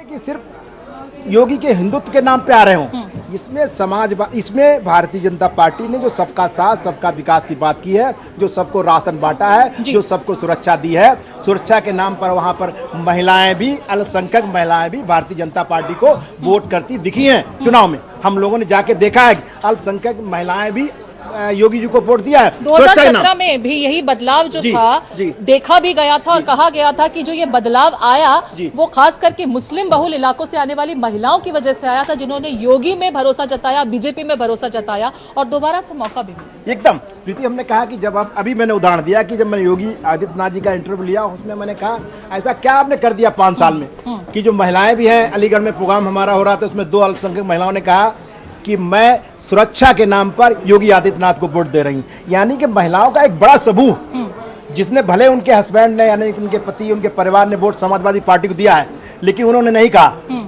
वोटर साइलेंट था। ये जो वोटर साइलेंट वोटर था, जो समाजवादी पार्टी का गठबंधन सोच रहा था कि हम जातीयता के आधार पर इस वोट को अपने यहाँ ट्रांसफर कर लें, वो समाजवादी पार्टी नहीं कर पाई। समाजवादी पार्टी का जो भी जातीय आंकड़ा उनका था, जैसे राजभर से गठबंधन था या जाट यहाँ जैन से गठबंधन था, वहाँ के जो आम मतदाता था उसको जो राशन मिल रहा था वो चुप था, जातीयता के नाम पर आपके साथ खड़ा था, लेकिन वोट जब डालने गया तो उसने कहा नहीं, मुझे तो राशन चाहिए, मुझे सुरक्षा मिल रही है, मैं वोट उसी भारतीय जनता पार्टी। जो तमाम मुद्दे हैं अगर वो सदते दिख रहे हैं तो बीजेपी से बेहतर विकल्प प्रदेश की जनता को मिला नहीं और वो मैंडेट अब हमें दिखाई भी दे रहा है। रमेश जी, और एक बात और प्रीति करना चाहता हूँ कि जब अखिलेश यादव, विशेषकर समाजवादी पार्टी की बात नहीं कर रहे हैं, हम बस उस समय की बात नहीं कर, जब मुलायम सिंह का और कांसीराम का गठबंधन था, उसमें गठबंधन दोनों लोगों ने गठबंधन किया और भारतीय जनता पार्टी बड़ी एक लहर के बाद भी, राम मंदिर की एक लहर थी, उसके बाद भी वो अपनी सरकार बनाने में सफल रहे। अखिलेश यादव ने भी कमोबेश यही सोचा, उन्होंने पहले कांग्रेस से गठबंधन किया, तब उनको मुँह खानी पड़ी, उसके बाद उन्होंने बसपा से गठबंधन किया, जो 2019 में देखा महागठबंधन की बात की, उन्होंने वो गठबंधन पूरी तरीके से खोल दिया। इस बार उन्होंने राजभर से गठबंधन किया, इस बार उन्होंने जयंत चौधरी का गठबंधन किया, वो भी पूरी तरीके से फेल दिखा। और मेरा यह मानना है कि इन तमाम गठबंधन में समाजवादी पार्टी को बड़ी हानि हुई है। समाजवादी पार्टी का वोट उन लोगों को ट्रांसफर हो गया, लेकिन उनका वोट समाजवादी पार्टी को ट्रांसफर नहीं हुआ। यही वेस्टर्न यूपी में देखने को मिल रहा है, यही पूर्वांचल में भी देखने को मिला। प्रीति, अखिलेश यादव को ये देखना होगा। रमेश जी, आप हमारे साथ लगातार बने हुए हैं। सरिता गुप्ता का हम रुख कर लेते हैं, बीजेपी मुख्यालय में वो जुड़ी हुई हैं, उनके साथ बीजेपी के कुछ नेता मौजूद हैं। सरिता, क्या कुछ चल रहा है बीजेपी मुख्यालय में, अपडेट्स जानना चाहेंगे?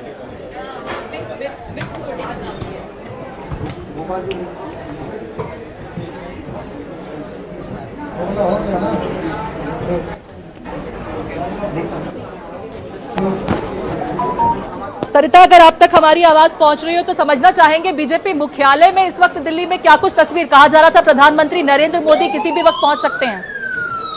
सरिता का रुख करेंगे। लगातार हम बात भी कर रहे हैं चुनावों को लेकर के। यहाँ पर रमेश जी, ये जो जश्न की तस्वीरें हैं, हालांकि आंकड़ों को अभी हमें थोड़ा देखना होगा, लेकिन 300 के पार जब ये दावा किया गया तो तमाम राजनीतिक पंडित भी इस बार थोड़ा सोचने लगे, क्योंकि किसान आंदोलन भी देखा उन्होंने बाकी कुछ घटनाएं भी देखी हाल फिलहाल की, और उसके बाद ये सभी लोग सवाल कर रहे थे कि क्या बीजेपी इस बार इतनी मजबूती के साथ प्रदेश में है। और चुनाव से ऐन पहले जिस तरीके से अपनी ही पार्टी के नेता छोड़ करके समाजवादी पार्टी के हो गए, तब तो ये दावा किया जाने लगा कि अखिलेश इस बार जो बयार चाहिए पार्टी को प्रदेश में जिंदा रखने के लिए, वापस जीवंत करने के लिए, वो उनको मिल गई है।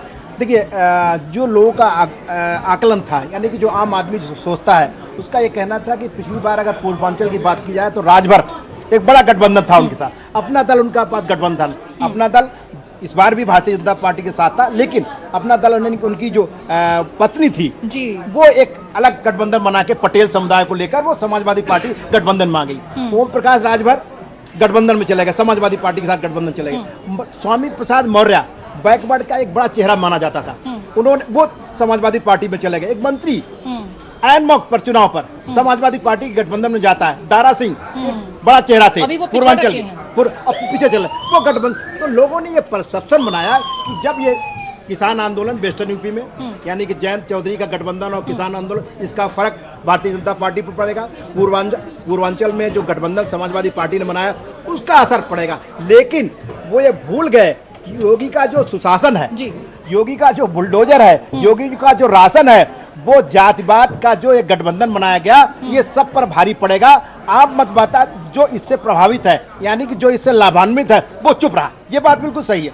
जो चुप्पी है, जी कुछ बोल रहे हैं, सुन लेते हैं। तो जनता ने देखा कि बीजेपी का शासन अच्छा है, यहाँ महिलाओं की सुरक्षा भी है, महिला सुरक्षित भी हुई है, डेवलपमेंट की योजनाएं हमारे घरों तक पहुंची है, धरातल पर पहुंची है, इसलिए आशीर्वाद दिया है। Thank you. कैमरामैन तो अर्जुन मेघवाल जी को सुन रहे थे हम। यहाँ पर रमेश जी, एक सवाल मैं उत्तराखंड को लेकर के भी करना चाहती हूँ। उत्तराखंड में बीजेपी ने जो बदलाव किया, 3 मुख्यमंत्री दे दिए 5 साल में, और उसके बाद कहा यह जाने लगा वैसे भी प्रदेश की जनता नकार देती है, एक बार बीजेपी को मौका तो दूसरी बार कांग्रेस को मौका देती है।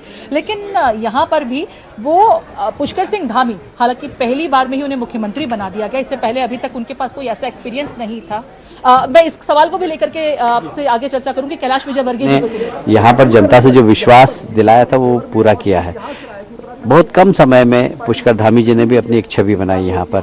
तो कुल मिलाकर डेवलपमेंट क्या होता है, ये उत्तराखंड की जनता ने भारतीय जनता पार्टी की सरकार में देखा है, और मुझे लगता है कि इसी का परिणाम है कि भारतीय जनता पार्टी 2/3 बहुमत से सरकार बना रही है। पुष्कर सिंह धामी महीने का टाइम उनके पास था, उसके बाद सर उत्तराखंड में जिस तरीके से बीजेपी का रिजल्ट अभी 44 के पार है सर, तो उस पर आप किस तरीके से इसको देखते हैं सर, किस तरीके की मेहनत की? मैंने कहा ना कि डबल इंजन, मोदी जी की मेहनत, मोदी जी की गरीब कल्याण की योजनाएं, मोदी जी के द्वारा विशेषकर उत्तराखंड के प्रति अपना विशेष प्रेम, वो डेवलपमेंट के माध्यम से दिखाई देता है। और पुष्कर जी ने 6 महीने के अंदर जितना सहज सरल होकर जनता के बीच में जाकर उनकी समस्याओं का निराकरण किया है, उससे उनकी सहजता भी इस जीत में बड़ी महत्वपूर्ण भूमिका निभाई। सर यूपी में भी बड़ी जीत की तरफ बीजेपी आगे है, और डबल इंजन, योगी जी, मोदी जी, विकास, तुष्टीकरण की नीति के खिलाफ, भाई भतीजावाद के खिलाफ, जातिवाद के खिलाफ, माफियावाद के खिलाफ उत्तर प्रदेश की जनता ने भारतीय जनता पार्टी को आशीर्वाद दिया है। सर अब शाम तक क्या आप इसी रुझान के और आगे इंतजार करी जाएगी? नहीं, हम तो 45 के आसपास हम लोग जीतेंगे। कैलाश विजयवर्गीय को आप सुन रहे थे। और रमेश जी, जैसा कि मैंने सवाल किया ही था पुष्कर सिंह धामी को लेकर के, उन्होंने सीधे तौर पर कहा कि पहले तो जो हमारी पॉलिसीज़ हैं वो पॉलिसी जनता को समझ में आती हैं और वो जाति या फिर धर्म की राजनीति नहीं करते हैं, क्योंकि तो जनता विकास को अपनाती है, विकास को चुनती है और इसीलिए प्रदेश में विकास के मॉडल को दोबारा से मैंडेट मिला है। देखिए साहब, पुष्कर सिंह धामी की अगर बात की जाए, पुष्कर सिंह धामी एक नया चेहरा थे, नया चेहरा थे। लोगों को लग रहा था ये चला पाएंगे नहीं चला पाएंगे, लेकिन एक बात खास रही, एक सरल व्यक्तित्व है उनका और सबको साथ लेकर उन्होंने चला। दूसरा क्या है, anti incumbency Bharatiya Janata party के जो कैंडिडेट थे उनमें थी, लेकिन जो सबसे अहम बात थी वो थी डबल इंजन की सरकार और मोदी जी के दौरे। मोदी अगर ये पूरा, अगर उत्तराखंड के चुनाव की अगर हम बात की जाए तो ये पूरा चुनाव जिताने में, वैसे तो पूरे देश में योगी मोदी जी का रोल रहा है, लेकिन अगर मैं इस पूरे उत्तराखंड के चुनाव की बात की जाए तो जो कैंडिडेट आज मैं जीतते हुए देख रहा हूँ वो कैंडिडेट आकलन में, यानी कि जो सर्वेक्षण हो रहा, सर्वे हो रहा था, उसमें वो हार रहे थे। जहां जहां मोदी जी के दौरे लगे वहां वहां कैंडिडेट अब जीत रहे हैं। और उत्तराखंड की राजनीति में मोदी जी का बड़ा प्रभाव रहा, केंद्र सरकार की योजनाओं का प्रभाव रहा और साथ में जो एक साथ लेकर चलने की बात थी जो धामी की, वो भी एक प्रभाव रहा। और एक और बात रही, उन्होंने देखा, देखिए जब भारतीय जनता पार्टी कभी हारती है तो आपसी षड्यंत्र, यानी कि आपसी जो वैमनस्यता होती है, आपसी जो टकराव होता है, वो भी एक प्रमुख कारण रहता है। और वो षड्यंत्रों के शिकार जब जब भारतीय जनता पार्टी रही आपस में, तब तब वहां हारी है। जैसे सपोज करिए कि मुख्यमंत्री का चेहरा खंडूरी थे और अन्य वक्त में भारतीय जनता पार्टी के, कहना नहीं चाहिए लेकिन सब लोग जानते हैं, भारतीय जनता पार्टी के लोग थे जिन्होंने खंडूरी को हरा दिया और मुख्यमंत्री नहीं बनने दिया। उसी तरीके से हरक सिंह रावत एक बड़ा चेहरा थे जो अंदर एक नाराजगी देखी गई थी, वो शांत कर रहे थे। तो अन्य वक्त पर पुष्कर सिंह धामी ने एक निर्णय लिया और उनको पार्टी से बाहर कर दिया। एक प्रभाव हुआ, तो उससे भी जो लोग भारतीय जनता पार्टी की अंदरूनी कलह का लाभ लेना चाहते थे, षड्यंत्र करना चाहते थे, वो लोग सहज गए और वो एक स्थायित्व, वो एक कारण रहा है बहुत बड़े, कि एक उनका नेतृत्व भी एक बड़ा कारण रहा है। और मोदी जी का मोदी मैजिक उत्तराखंड में पूरी तरह, उत्तराखंड में मोदी मैजिक चला लगातार। रमेश अवस्थी जी हमारे साथ बने हुए हैं। हुटर बज रहा है, मैं एक बार जरा पंजाब का रुख कर लेती हूँ। हिमांशी लगातार अपडेट्स के लिए इंतजार करिए। हिमांशी जी, प्रीति, बड़ी खबर ये है कि संगरूर के डीसी फूलों का गुलदस्ता लेके पहुंच गए भगवंत मान के घर बधाई देने के लिए। सबसे बड़ी बात, मतलब भगवंत मान की तो जीत एकदम डिक्लेयर हो गई है नतीजों से पहले ही। उससे पहले 3 बड़े चेहरे हैं बादल परिवार से, मतलब शिरोमणि अकाली दल से, जो हार रहे हैं। तृप्त राजेंद्र सिंह बाजवा, ये कांग्रेस से लड़ रहे थे, हार गए हैं, मंत्री रहे हैं। प्रताप सिंह बाजवा राज्यसभा सांसद रह चुके हैं, हार रहे हैं। प्रताप सिंह बाजवा, ये बड़ी खबर है पंजाब से, वो हार रहे हैं, पिछड़ रहे हैं। एक और बड़ा नाम है मनप्रीत सिंह बादल, अकाली दल बादल से बागी बन के कांग्रेस से लड़े थे, हार रहे हैं। चलिए, तो अकाली दल को छोड़ा, कांग्रेस से चुनाव लड़ने का प्रयास किया, लेकिन फिलहाल पिछड़ते हुए। उत्तराखंड से क्या प्रीति, उत्तराखंड की 2 महिला कैंडिडेट्स की मैं बात करूंगा। दोनों को ही राजनीति विरासत में मिली है, दोनों का ही अपना व्यक्तिगत जनाधार नहीं है। तो दोनों के ही पिता पूर्व मुख्यमंत्री रह चुके हैं। पहले उत्तराखंड बीजेपी से जनरल भुवन चंद खंडूरी की बेटी रितु खंडूरी कोट द्वार से आगे चल रही हैं, तो दूसरी ओर उत्तराखंड में 2 बार सीएम रह चुके मुख्यमंत्री हरीश रावत की बेटी अनुपमा रावत हरिद्वार ग्रामीण से पीछे चल रही हैं। तो देखिए, 2 बड़ी खबरें, भुवन चंद खंडूरी की बेटी आगे और हरीश रावत की बेटी पीछे। गोवा से कुछ अपडेट्स है क्या अब्बास? गोवा में वही है, अभी 18 सीट पे बीजेपी है, 12 पे कांग्रेस है। अब जो क्षेत्रीय दल हैं उनको 10 प्रमोद सावंत को लेकर के अच्छी खबर नहीं है जी, अभी वो पीछे चल रहे हैं, लेकिन अभी काउंटिंग जारी, मतगणना जारी। किशन का कुछ अपडेट आ रहा है, उसका फल सुन लेते हैं। आज प्रभु राम का मंदिर बन रहा है, तो पूरे उत्तर प्रदेश की जनता ने सोच लिया कि अब राम राज्य लाना है। तो यह राम राज्य की शुरुआत है, एक नया उत्तर प्रदेश, एक नया भारत। जैसे हमारे प्रधानमंत्री जी ने सोचा, जैसे हमारे पूज्य महाराज जी ने सोचा, उस दिशा में देश की जनता ने, प्रदेश की जनता ने स्वयं का भविष्य चुना है। वो कौन से मुद्दे हैं जो सबसे ज्यादा फैक्टर? सुरक्षा व्यवस्था, मुफ्त में अनाज, कोरोना में बचाना, डबल इंजन की सरकार, मोदी योगी जी का चेहरा, जो हिसाब से परिवार नहीं, एक निस्वार्थ सन्यासी, एक स्वार्थ में परिवारवाद को लेके जात पात की राजनीति करने वाले लोग, जनता ने उनको ध्वस्त कर दिया, उनकी राजनीति खत्म कर दी। अब यहां पर एक निस्वार्थ सन्यासी है जो एक प्रदेश 25 करोड़ की जनता को अपना परिवार समझ के चल रहा, उनकी जीत हुई। विपक्ष के लिए संदेश? विपक्ष के लिए कि भैया हो जिंदगी झंड वाह, अब कौने बात के घमंड बाम कहले रही ना, न साइकिल ना हाथी ना हाथ बा, न साइकिल ना हाथी ना हाथ बा, इबेर भैया हो माई हो, हर हर महादेव। यूपी में योगी आदित्यनाथ। तो रवि किशन को आप सुन रहे थे। लगातार बीजेपी के मुख्यालय में जश्न का माहौल है। हमारे साथ तमाम मेहमान बने हुए हैं। रमेश अवस्थी जी ग्रुप एडिटर हमारे साथ मौजूद है। रमेश जी, रवि किशन जी को सुन रहे थे और वो जो जीत का उत्साह होता है ना, वो समझ में आ रहा था। देखिए, रवि किशन जी को मैं सुन रहा था और रवि किशन जी ने एक नारा दिया था, बड़ा चर्चित रहा था, यूपी में कावा तो यूपी में बाबा। तो रवि किशन का ये नारा या जो स्लोगन है पूरे यूपी में हिट हो गया। और हम लोग जहां जहां शो करते थे, अंत में जब ये बात करते थे यूपी में कावा तो लोग कहते थे यूपी में बाबा। तो निश्चित रूप से रवि किशन जी गोरखपुर के हैं, वहाँ के सांसद हैं, बाबा जी के आशीर्वाद से वो सांसद बने हैं, पार्टी ने उनको लड़ाया है। और उन्होंने इस चुनाव में अगर देखा जाए तो रवि किशन जी ने भी तमाम दौरे किए हैं और वो जब दौरों का जो प्रतिफल आया है, जो रिजल्ट आया है वो पॉजिटिव आया है, तो उनमें भी खुशी की लहर है। और मुझे लगता है कि ये खुशी की लहर पूरे भारतीय जनता पार्टी के प्रदेश में पूरे जो कार्यकर्ता है, भारी खुशी की लहर है। तमाम जगह अभी से पटाखे छूटने लगे हैं, लोग मिठाइयाँ बांटने लगे हैं। अभी देखा प्रधानमंत्री जी का स्वयं वो आए कार्यकर्ताओं को उन्होंने संबोधित करने के लिए भारतीय जनता पार्टी के कार्यालय में। उसी तरीके से भारतीय जनता पार्टी के प्रदेश कार्यालय यानी मुख्यालय में भारी उत्साह है। वहाँ तमाम लोग वहाँ रुके हुए प्रदेश के भी कार्यकर्ता जो चुनाव नहीं लड़ रहे थे वो मुख्यालय में इकट्ठे हो रहे हैं और अभी से जीत की एक जो जश्न होना चाहिए वो तैयारी हो गई। चलिए, तो लगातार रमेश जी हमारे साथ बने हुए हैं, एक्सपर्ट्स हमारे साथ लगातार बने हुए हैं और हमारी पूरी रिपोर्टर्स की टीम, मैं अपना न्यूज रूम दिखाना चाहूंगी जो आपको पल पल की अपडेट्स दे रही हैं। मेरे साथ इलेक्शन को लेकर के महा कवरेज फिलहाल यहीं तक और मेरे बाद मनुराज जो हैं ये अपडेट आगे बढ़ाएंगे। Over to you Manuraj. शुक्रिया प्रीति। और लगातार पल पल की अपडेट अपने दर्शकों को सारा समय पहुंचा रहा है। साथ ही अपने दर्शकों को यह भी बता दें कि खास पैनल हमारे साथ मौजूद रहेगा तमाम सवालों का जवाब देने के लिए। लेकिन बहुत महत्वपूर्ण, क्योंकि यहाँ पर एग्जिट पोल लगातार सही साबित होते हुए नजर आ रहे हैं। ग्रुप एडिटर हमारे साथ सारा समय के रमेश अवस्थी जी लगातार बने हुए हैं। हमने देखा 2017 में किस तरीके से मोदी मैजिक काम किया था, मोदी के नाम पर वोट गए और रणनीति अमित शाह की काम आई। लेकिन इस बार मुख्यमंत्री योगी आदित्यनाथ का चेहरा आगे था। मानेंगे बड़ी जीत मुख्यमंत्री योगी के लिए? देखिए, निश्चित रूप से योगी आदित्यनाथ का अगर राजनीतिक कैरियर के बाद देखी जाए तो ये उनकी बहुत बड़ी जीत है। और ये जीत योगी का तो व्यक्तित्व बढ़ाएगी ही, साथ में भारतीय जनता पार्टी के लिए 2024 में जो लोकसभा का चुनाव आ रहा है उसके लिए एक बड़ा रिजल्ट है। तो इसकी ये उत्तर प्रदेश की राजनीति जी दिशा और दशा जो लोग बताते हैं, उत्तर प्रदेश की राजनीति पूरे देश की दिशा और दशा तय करती है।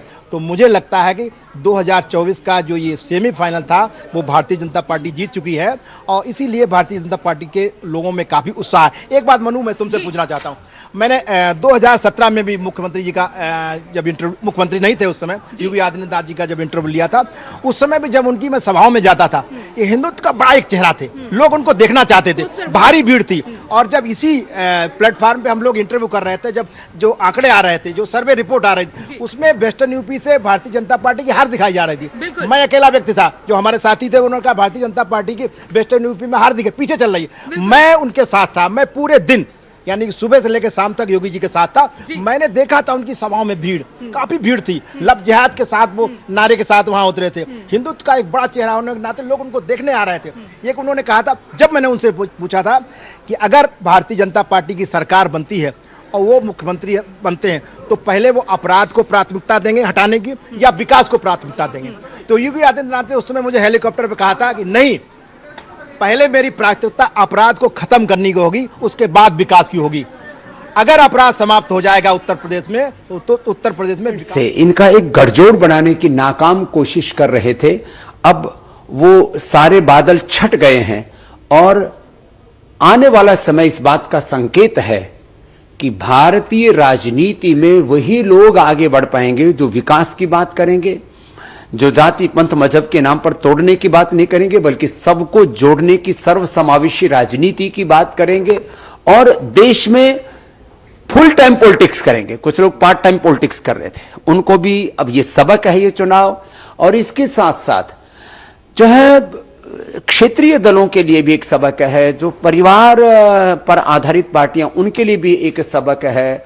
और कुछ लोगों ने कुछ जातियों को, कुछ मत पंथों को अपना गुलाम समझ लिया था, तो अब ये सारे तिलिस्म टूट गए हैं। अब भारतीय राजनीति उस दिशा में आगे बढ़ रही है कि हम अमेरिका से भी ज्यादा ताकतवर इस देश को बनाना चाहते हैं तो आने वाले 20-25 साल हमें मेहनत करनी पड़ेगी। नहीं तो कोई कमजोर राष्ट्र होता है उसकी क्या हालात होती है, क्या हश्र होता है। हमने यूक्रेन और रसिया में कि युद्ध में ये देख लिया है। इसलिए भारत अब विजयी होगा और भारतीयता की राष्ट्रीयता के साथ में, संस्कृति मूलक समृद्धि के साथ में, जो सबको साथ में लेकर के आगे बढ़ेगा वो विजयी बनेगा। और जहां तक मोदी जी का नेतृत्व का प्रश्न है, राष्ट्रीय पलक पर मोदी जी के सामने सारे नेता बोने नजर आते हैं। ये एक विपक्षी दलों के लिए एक बहुत बड़ा संकट, उनके लिए बहुत बड़ी चुनौती, उनके लिए क्राइसिस है। और इसलिए राष्ट्रीय परिप्रेक्ष्य में अब लोग देखते हैं तो मोदी जी के सामने कोई दूसरा चेहरा और चरित्र, नेतृत्व उनको नजर नहीं आता। और राष्ट्रीय नहीं, अब वैश्विक परिप्रेक्ष्य में मोदी जी को लोग देखने लगे हैं। और जिस तरह से मोदी जी, योगी जी, अमित शाह जी, नड्डा जी और ये लोग मेहनत किए हैं, तो मैं जो एक शब्द बोला करता हूं, पुरुषार्थ की पराकाष्ठा का यह विजय गीत है।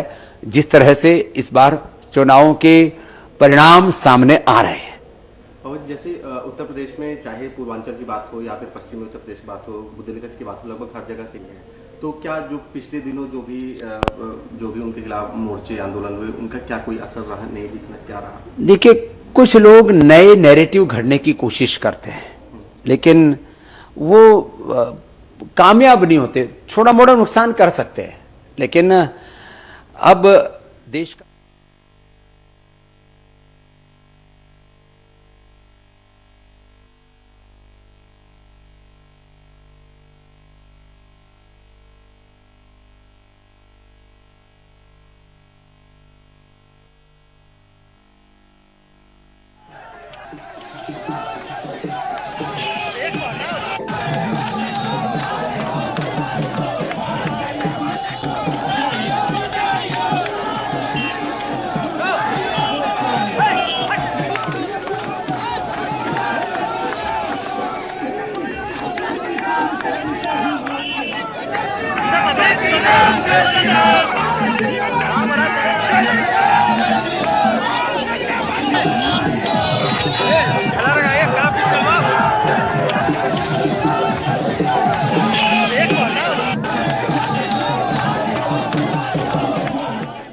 लगातार देख रहे हैं यहाँ पर पूर्ण बहुमत की सरकार बनाती हुई बीजेपी इस वक्त नजर आ रही है। लखनऊ मुख्यालय से ये तस्वीरें आपके सामने, जहां पर देखिए किस तरीके से ढोल नगाड़ों के साथ और साथ ही पटाखे बजाकर अपनी खुशी का इजहार करते हुए मणिपुर से एक बड़ी अपडेट आ रही है। मणिपुर देश का रुख करते हैं। बताइए सूर्या, क्या अपडेट? बता दूं, एन वीरेन सिंह भारतीय जनता पार्टी मुख्यमंत्री जीत चुके हैं। 6000 वोट से उन्होंने जीत दर्ज की और बड़ी खबर है मणिपुर के लिहाज से, बीजेपी यहाँ पर सरकार बनाती हुई नजर आ रही है। और 10 साल बाद बीजेपी ने इतना बेहतर किया है कि वहां पर अपने दम पर भारतीय जनता पार्टी से मुख्यमंत्री वहां के जीत चुके हैं एन वीरेन सिंह 6000 वोट से। जनादेश जो बीजेपी को मिला है, इसके पीछे क्या फैक्टर आप समझ रहे हैं? बीजेपी ने स्थानीय मुद्दों के आधार पर इस बार चुनाव लड़ा है और भारतीय जनता पार्टी ने अगर स्थानीय मुद्दों पर चुनाव लड़ा है, क्योंकि 2012 में भारतीय जनता पार्टी वहां पर शून्य पर काबिज थी और आप लगातार हूटर बज रहे हैं, मुझे जाना होगा। अवस्थी जी, देखिए, एक बड़ी ब्रेकिंग खबर है कि चुनाव आयोग ने जो जश्न पे रोक लगा रखी थी वो हटा ली गई है। यानी कि अब आप पूरी तरीके से जश्न मनाइए। विधायक हो, चाहे पार्टी के नेता हो, चाहे जो मंत्री जीते हो, तमाम लोगों के लिए खुशखबरी है कि वो जश्न आराम से कर सकते हैं। मन्नू, तो जश्न अब यहाँ पर मनने भी लगा है। तस्वीरें लगातार अपने दर्शकों को हम पहुंचा रहे हैं। पंजाब से अपडेट है, क्या अपडेट? बिल्कुल, बड़ी खबर यह है कि बीजेपी के जो प्रवक्ता हैं अश्विनी शर्मा, वो जीत चुके हैं। नतीजा आ चुका है पहली सीट पर। और सबसे बड़ी बात, मालविका सूद की अगर बात करें तो उन्हें सोनू सूद के चेहरे का भी फायदा मिलता नजर नहीं आ रहा है। और अगर इस सीट की बात करें तो 10 बार से, पिछले 10 बार से कांग्रेस के पास रही है, लेकिन कांग्रेस इस सीट को भी अब खोती नजर आ रही है। चन्नी पहले ही हार स्वीकार कर चुके हैं, राजभवन का रुख कर चुके हैं। उत्तर प्रदेश से भी अपडेट आ रहा है, अलर्ट लगातार यहाँ पर। क्या पूजा अपडेट जल्दी से बताएं। बिल्कुल, देखिए बहुत बड़ा अपडेट है यहाँ पर कि सिराथू विधानसभा सीट जिस पर डिप्टी सीएम केशव प्रसाद मौर्य प्रत्याशी थे, वो इस वक्त पीछे चल रहे हैं मनु यहाँ पर। और देखिए पल्लवी पटेल समाजवादी पार्टी की, जो कि 17,431 सीटों से आगे चल रही है। ये बहुत बड़ी और बहुत अहम खबर इसलिए है क्योंकि डिप्टी सीएम केशव प्रसाद मौर्य अपनी सीट से पीछे चल रहे। 3000 करीब ये वोटों का अंतर दिखाया जा रहा है। पल्लवी वोट बहुत ज्यादा अंतर कहा जा सकता है, क्योंकि अवस्थी जी आपने खुद इंटरव्यू लिया था केशव प्रसाद मौर्य का। केशव प्रसाद मौर्य सिरथू सीट आपको लग रहा है फंसती हुई नजर आ रही है? देखिए, निश्चित रूप से सुराष्ट्रीय सीट की अगर बात की जाए तो समाजवादी गठबंधन ने पूरी ताकत केशव प्रसाद मौर्य को हराने में लगा दी थी। वो योगी आदित्यनाथ जी या तमाम और जो चेहरे थे उनके ऊपर उनकी ताकत नहीं लगी। सबसे बड़ी ताकत एक ये भी जानना आपको जरूरी है कि भारतीय जनता पार्टी में अगर कोई चेहरा है तो सबसे बड़ा ताकत उनके खिलाफ समाजवादी पार्टी गठबंधन ने केशव प्रसाद मौर्य के खिलाफ लगा दी। आप रणनीति काम आई यानी समाजवादी पार्टी की? नहीं, अभी तो जल्दबाजी है, अभी पीछे, अभी तो चुनाव के जो रुझान है वो आ रहे हैं। मुझे लगता है अभी काफी चरण बाकी है और उसमें जो केशव प्रसाद मौर्य जी हैं वो अच्छा चुनाव लड़ रहे हैं। लेकिन हाँ, ये जरूर मानना पड़े, चाहे वो क्या नाम उनकी डिम्पल जी हो, चाहे अखिलेश जी हो, चाहे उनकी पूरी टीम हो, उसने सबने पूरी समाजवादी पार्टी ने उनकी खिलाफ ताकत लगा दी, इसलिए ये मुकाबला संघर्षमय हो गया था। संघर्ष में मुकाबला जाहिर तौर पर कांटे की टक्कर सिराथू पे नजर आ रही है। उत्तराखंड से भी एक बड़ा अलर्ट आया है, क्या अपडेट है? मनु, दो ऐसी सीटें जिस पर पूरे उत्तराखंड की निगाह, तमाम राजनीतिक पंडितों की निगाह टिकी हुई है, पहली खटीमा और दूसरी लालकुआ।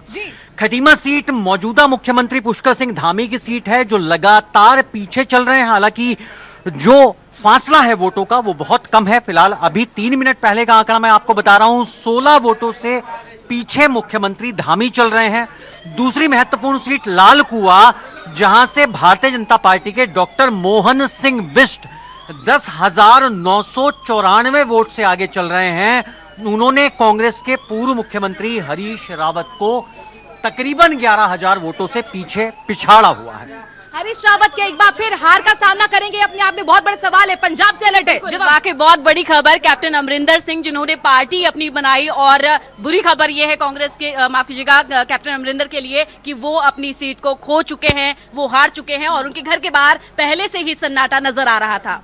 ओवर कॉन्फिडेंस क्या कैप्टन अमरिंदर सिंह का, ये अपने आप में बहुत बड़ा सवाल। उनकी राजनीतिक अस्तित्व पर भी एक सवाल है। तमाम खास पैनल भी हमारे साथ जुड़ा हुआ है, उनसे जानने की कोशिश करते हैं। पंजाब का रुख करते हैं सीधे बीजेपी की तरफ से अपनी बात रखने के लिए हमारे साथ जुड़े हुए हैं जयराम विप्लव जी। जयराम विप्लव जी, जी चलिए आप मेरा जवाब दीजिएगा। जिस तरीके से पंजाब में यहाँ पर दिख रहा है, आम आदमी पार्टी ने लीड कर ली, कैप्टन अमरिंदर सिंह भी अपनी सीट को नहीं बचा पा रहे।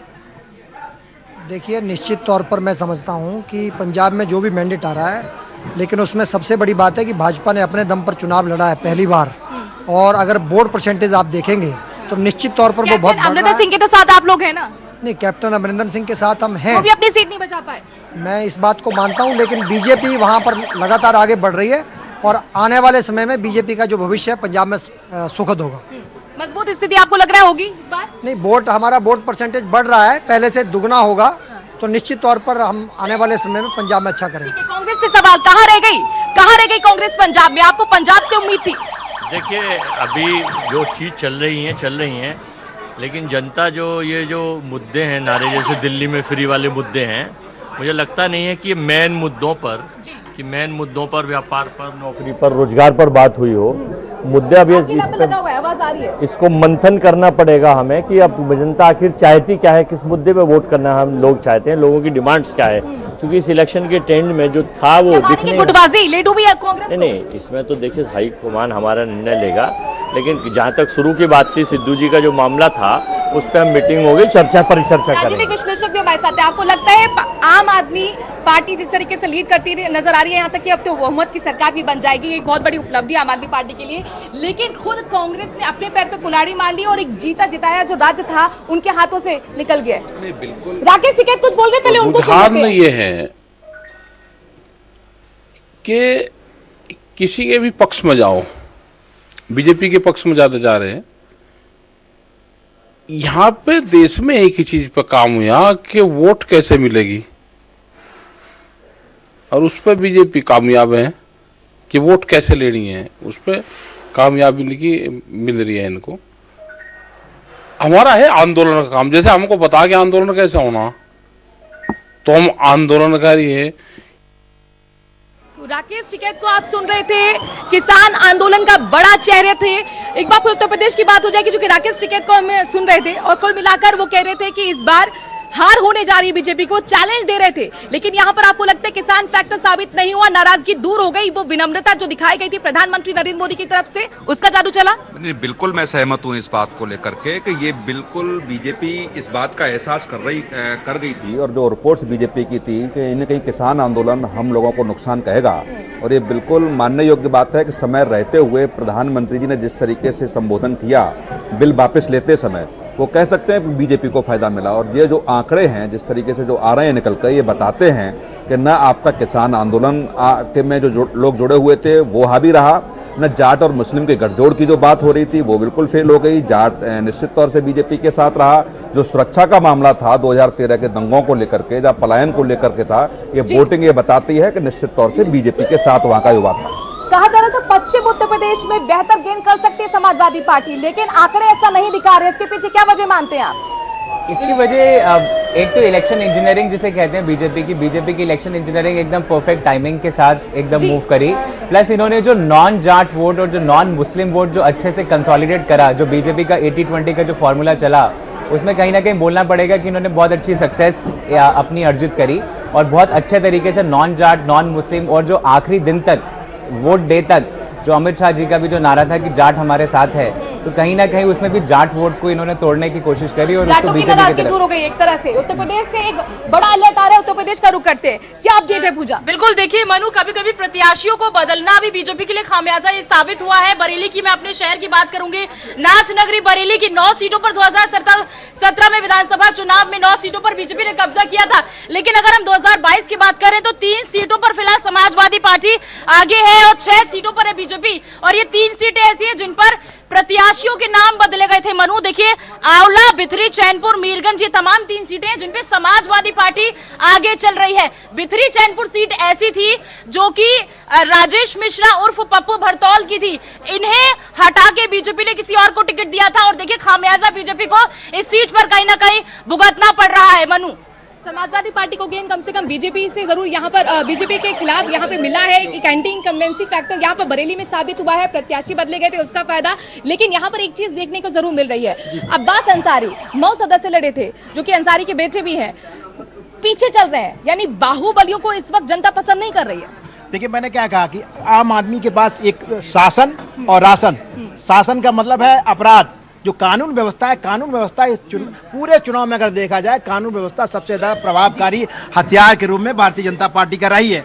हर व्यक्ति ने, चाहे महिलाएं हों और महिलाओं में चाहे मुस्लिम महिलाओं भी हों, उन्होंने भी कानून व्यवस्था के बारे में कहा है कि कानून व्यवस्था के नाम पर हम योगी सरकार को वोट देंगे। और मनु, एक बात हम पूछना चाहते हैं, मैंने योगी आदित्यनाथ जी का इंटरव्यू लिया, जब उनके पूरे इंटरव्यू में वो बिल्कुल कॉन्फिडेंट दिखे, चाहे पूर्वांचल की बात हो, चाहे राजधर पार्टी की बात हो कि सोहेल राजभर जो है क्या प्रभावकारी करें, वो मौर्य क्या प्रभावकारी हो, वो पूरी तरीके कॉन्फिडेंट थे। उन्होंने कहा कोई भी वोट, राजभर का वोट किसी भी ऐसे व्यक्ति के साथ नहीं जाएगा जो अपराध के साथ है, आतंकवाद के साथ है, वो भारतीय जनता पार्टी को चुनेगा। तो वो पूरे इंटरव्यू में कॉन्फिडेंट थे।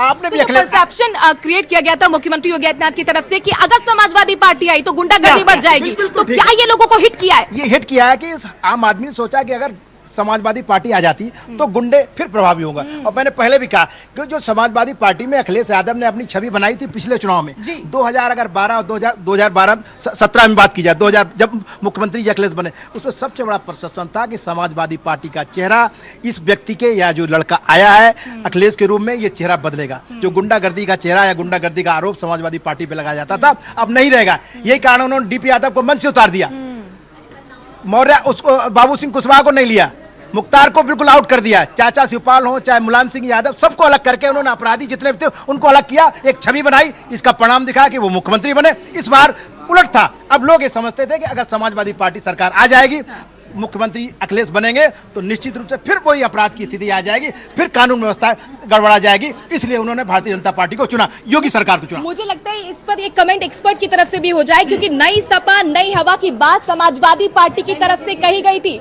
नई सपा नई हवा की बात समाजवादी पार्टी की तरफ से कही गई थी। ये दिखाने की कोशिश की गई थी जो बाहुबली हमारे साथ जुड़े हुए थे वो अब हट गए हैं। अब युवाओं का चेहरा आगे है। अब हम रोजगार पर बात करेंगे, हम बुनियादी मुद्दों पर बात करेंगे। क्या वो फॉर्मूला भी यहाँ पर सही साबित नहीं हुआ? देखो, मैं तो ये कहूँगा कि कई दशकों बाद उत्तर प्रदेश का चुनाव इस जो जनता के मुद्दे हैं उन पर लड़ा गया। जनता से कनेक्ट करके जो मुद्दे, जनता के बीच जाकर के जो नेताओं ने बातें कही, जो मूलभूत सुविधाओं को लेकर के जो चर्चा होती थी, उन पर चुनाव लड़ा गया। जिस तरीके से हम कयास लगा रहे थे कि पश्चिम बंगाल और दिल्ली में जो माहौल के हिसाब से चुनाव लड़ा गया था, उसके भी रिकॉर्ड को तोड़ेगा, लेकिन पहला ऐसा नहीं दिखा। और जो भी रिजल्ट आ रहा है मुझे लगता है कि वो जनता की जीत है, किसी पार्टी की जीत नहीं है। मैं इसको भाजपा की जीत भी नहीं मानता, क्योंकि भाजपा के कार्यकर्ता, भाजपा के नेता इस बात को कतई मानने तैयार नहीं थे। ये बीजेपी की जीत नहीं है, ये बीजेपी की जीत नहीं, आप ये कह रहे हैं? बिल्कुल नहीं है बीजेपी की जीत, मैं कहूंगा जनता की जीत है। आप बताइए, जो समाजवादी पार्टी की रैलियों में जो भीड़ उमड़ी थी, मुझे लगता है वो जनता भयभीत थी इस बात को लेकर के कि कहीं 2012 और 17 के बीच का जो प्रदेश का माहौल था कहीं वो दोहराया नहीं जाए। इसलिए जो साइलेंट वोटर की हम बात कर रहे हैं वो बीजेपी को मिला, क्योंकि जो कार्यकर्ताओं की बात करिए, पन्ना प्रमुख की बात कीजिए, बड़े नेताओं की बात कीजिए, आरएसएस के सर्वे की बात कीजिए, कहीं ऐसा नहीं दिख रहा था कि बीजेपी इतने बहुमत के साथ, लग रहा था सरकार बनाएगी पर इतने बहुमत के साथ वापस आएगी, ये बीजेपी के नेता भी मानने तैयार। ये 300 प्लस का आंकड़ा क्या आपने भी सोचा था? देखिए, मैं स्वयं पश्चिमी उत्तर प्रदेश में रहा हूं लगभग 1.5 महीना जो है, और मैंने ये महसूस किया था नीचे के स्तर पर सुरक्षा एक बहुत बड़ा मुद्दा था। लोगों का ये कहना था कि अगर जीवित रहेंगे तो ही तो हम कोई साधन सुविधा भोग सकते हैं। तो बच्चियां बाहर नहीं निकल पाती थी, वो गुंडागर्दी का जो माहौल था वो लोग याद करते थे। और सामान्यतः ये मैं समझता हूँ कि धर्म या उससे ऊपर उठकर लोगों ने जो है यहाँ सामाजिक मुद्दों को, जो सामाजिक सुरक्षा उनको मिली थी, पहला उसको, और दूसरा जो ठीक है, मैं आपके पास आऊंगी। पंजाब से एक बड़ा अलर्ट आया, पंजाब का रुख करेंगे।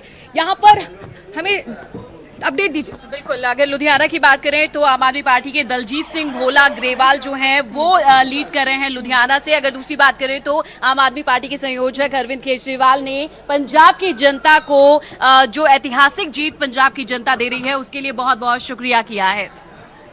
उत्तराखंड से भी अलर्ट है। उत्तराखंड से एक बड़ी खबर आ रही है। बीजेपी के प्रदेश अध्यक्ष मदन कौशिक, जिन पर काउंटिंग पूरी होने के बाद लगातार भारतीय जनता पार्टी के ही प्रत्याशी अपने प्रदेश अध्यक्ष पर यह आरोप लगा रहे थे कि प्रदेश अध्यक्ष ने हमें हराने के लिए काम किया है। वो प्रदेश अध्यक्ष खुद पीछे चल रहे हैं, हालांकि अंतर बहुत कम है और ये अंतर लगातार बदल भी रहा है। कांग्रेस के सतपाल ब्रह्मचारी, जो हरिद्वार नगर निगम के मेयर भी रह चुके हैं, वो उनसे इस वक्त आगे चल रहे हैं।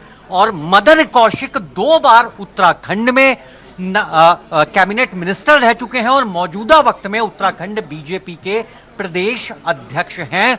वो खुद हरिद्वार विधानसभा सीट से पीछे चल रहे हैं। उत्तराखंड की अपडेट भी कर दीजिए टैली जरा, बीजेपी कितनी लीड करती हुई? जी, 209 सीटों से ये पीछे चल रहे हैं। आपको बता दें कि तकरीबन 43 सीटों पर इस वक्त बीजेपी आगे है, 17 पर कांग्रेस आगे चल रही है। ये रुझान है, अब तक परिणाम सामने नहीं आया है। हालांकि 12 बज चुके हैं, लगभग तस्वीर साफ हो गई है। उत्तराखंड को लेकर जो हम बात कर रहे थे, उत्तराखंड में चूंकि इतिहास ये रहा है, जनता वहां पर ऑल्टरनेट सत्ता देने पे विश्वास करती है, कभी बीजेपी कांग्रेस, लेकिन इस बार ये रिकॉर्ड अपने आप में बनना जा रहा है, बीजेपी लीड करती हुई। बिल्कुल, इसलिए बीजेपी ने हमेशा वहाँ कुछ अच्छा करने की कोशिश की। सबसे बड़ी बात है, एक सरकार बार बार पलटने से उत्तराखंड का सही विकास नहीं हो रहा था। लोगों ने ये सोचा कि अगर बीजेपी दोबारा यहाँ आती है तो केंद्र में बीजेपी की सरकार है और यहाँ भी रहेगी तो उत्तराखंड का ज़्यादा विकास होगा। वहाँ सड़कों का जाल बिछना है, वहाँ टूरिज्म का काफ़ी विकास करना है।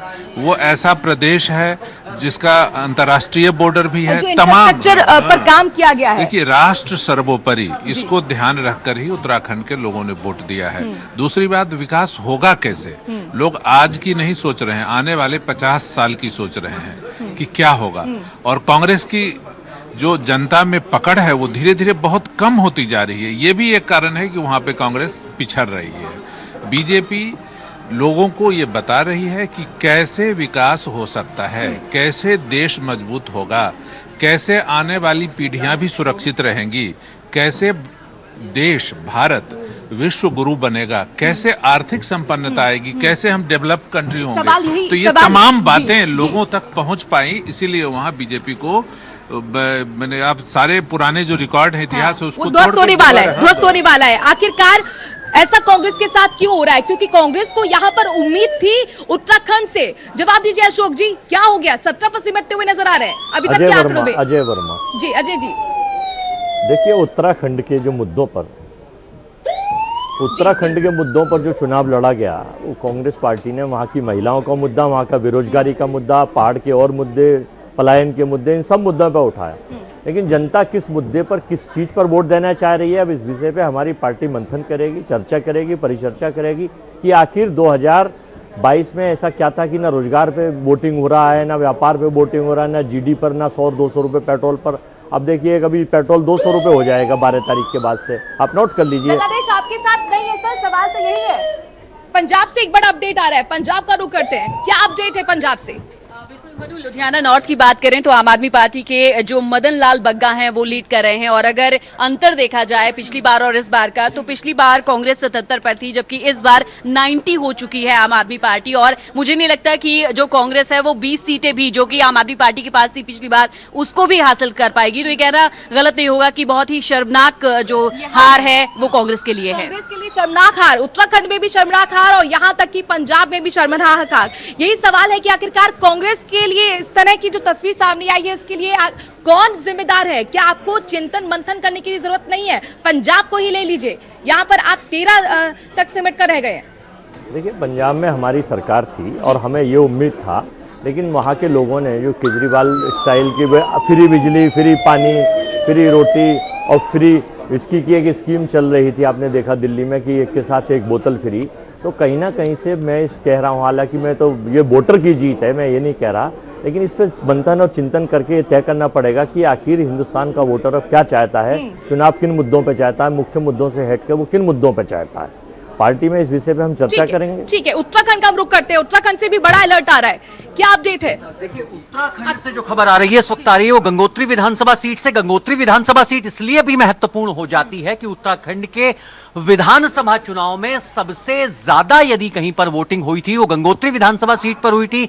78% वोटिंग हुई थी और यहां पर भी 78% वोटिंग में जो सर्वाधिक मत प्रतिशत था वो महिला वोटर्स का था। और यहां पर भारतीय जनता पार्टी के सुरेश चौहान ने कांग्रेस के विजयपाल सजवाण को 2454 वोट से पछाड़ दिया है। भारतीय जनता पार्टी की जो कैंडिडेट हैं वो आगे चल रहे हैं। इसका मायने ये निकाले जाए कि उत्तराखंड की जो महिला वोटर्स है उसने बीजेपी शासन पर सकारात्मक मोहर लगाई है। दूसरा, चौबट्टा खाल ये भी एक बहुत महत्वपूर्ण सीट है। भारतीय जनता पार्टी के मौजूदा मंत्री, कैबिनेट मंत्री सतपाल महाराज ने कांग्रेस के प्रदेश उपाध्यक्ष केसर नेगी से 1561 वोट से यहां आगे चल रहे हैं। गंगोत्री का जो आपने जिक्र किया, जो कि गंगोत्री का इतिहास भी अपने दर्शकों को बता दें कि गंगोत्री में जिसकी जीत होती है माना जाता है उसी पार्टी के हाथ में सत्ता भी आती है। तो कुल मिलाकर यही कुछ तस्वीर भी इस बार भी नजर आ रहा है। देखिए ऐसा कहना ठीक नहीं हुआ कि गंगोत्री की सत्ता जिसके हाथ में, गंगोत्री से जिस पार्टी जो पार्टी जीतेगी वही सत्ता में आएगी, ऐसा कहना शायद मिथ्या हो सकता है या एक अंधविश्वास हो सकता है, ऐसा नहीं है। लेकिन उत्तराखंड के पूरे विधानसभा चुनाव में इस बार सर्वाधिक जो वोटिंग हुई है वो महिला जो वोटर्स था उसका वोट सबसे ज्यादा पड़ा है। और बीजेपी का सत्ता में आना और 21 साल के बाद ऐसा होना कि एक समान दल की सरकार रिपीट कर रही है, तो निश्चित तौर पर ये बात हम पहले भी कहते आ रहे थे, चुनाव से पहले भी हम कहते आ रहे थे, जब जिस वक्त ये बात सामने आई थी कि महिलाओं का वोट प्रतिशत सर्वाधिक रहा था। क्योंकि महिलाएं जो है उत्तराखंड में हमेशा से डिसाइडिंग फैक्टर रहती हैं और वो बड़े फैसले लेती हैं। बड़े बड़े आंदोलन उत्तराखंड में हुए हैं, उनकी कमान भी महिलाओं ने ही संभाली है। इसलिए एक्सपर्ट के पास मैं चलूंगी, अपने पैनल से मैं जानने की कोशिश करूंगी। कुणाल गुप्ता जी, आप मुझे बताएं, क्योंकि उत्तराखंड में इतिहास रहा है लगातार रिपीट सरकार नहीं होती है, लेकिन वो रिकॉर्ड इस बार ध्वस्त हो गया है, इसके पीछे क्या फैक्टर्स आपको नजर आते हैं? जहाँ से फैक्टर देखा जाता है, आई थिंक इतना बड़ा एंटी इनकम्बेंसी फैक्टर था, कहीं ना कहीं कांग्रेस ने अपना प्योर सेल्फ गोल करा है यहाँ पे। अगर हरीश रावत जी जो कांग्रेस के सबसे बड़े नेता हैं वो अपना पूरा समय उत्तराखंड की जगह अगर पंजाब में लगाएंगे, जहाँ पे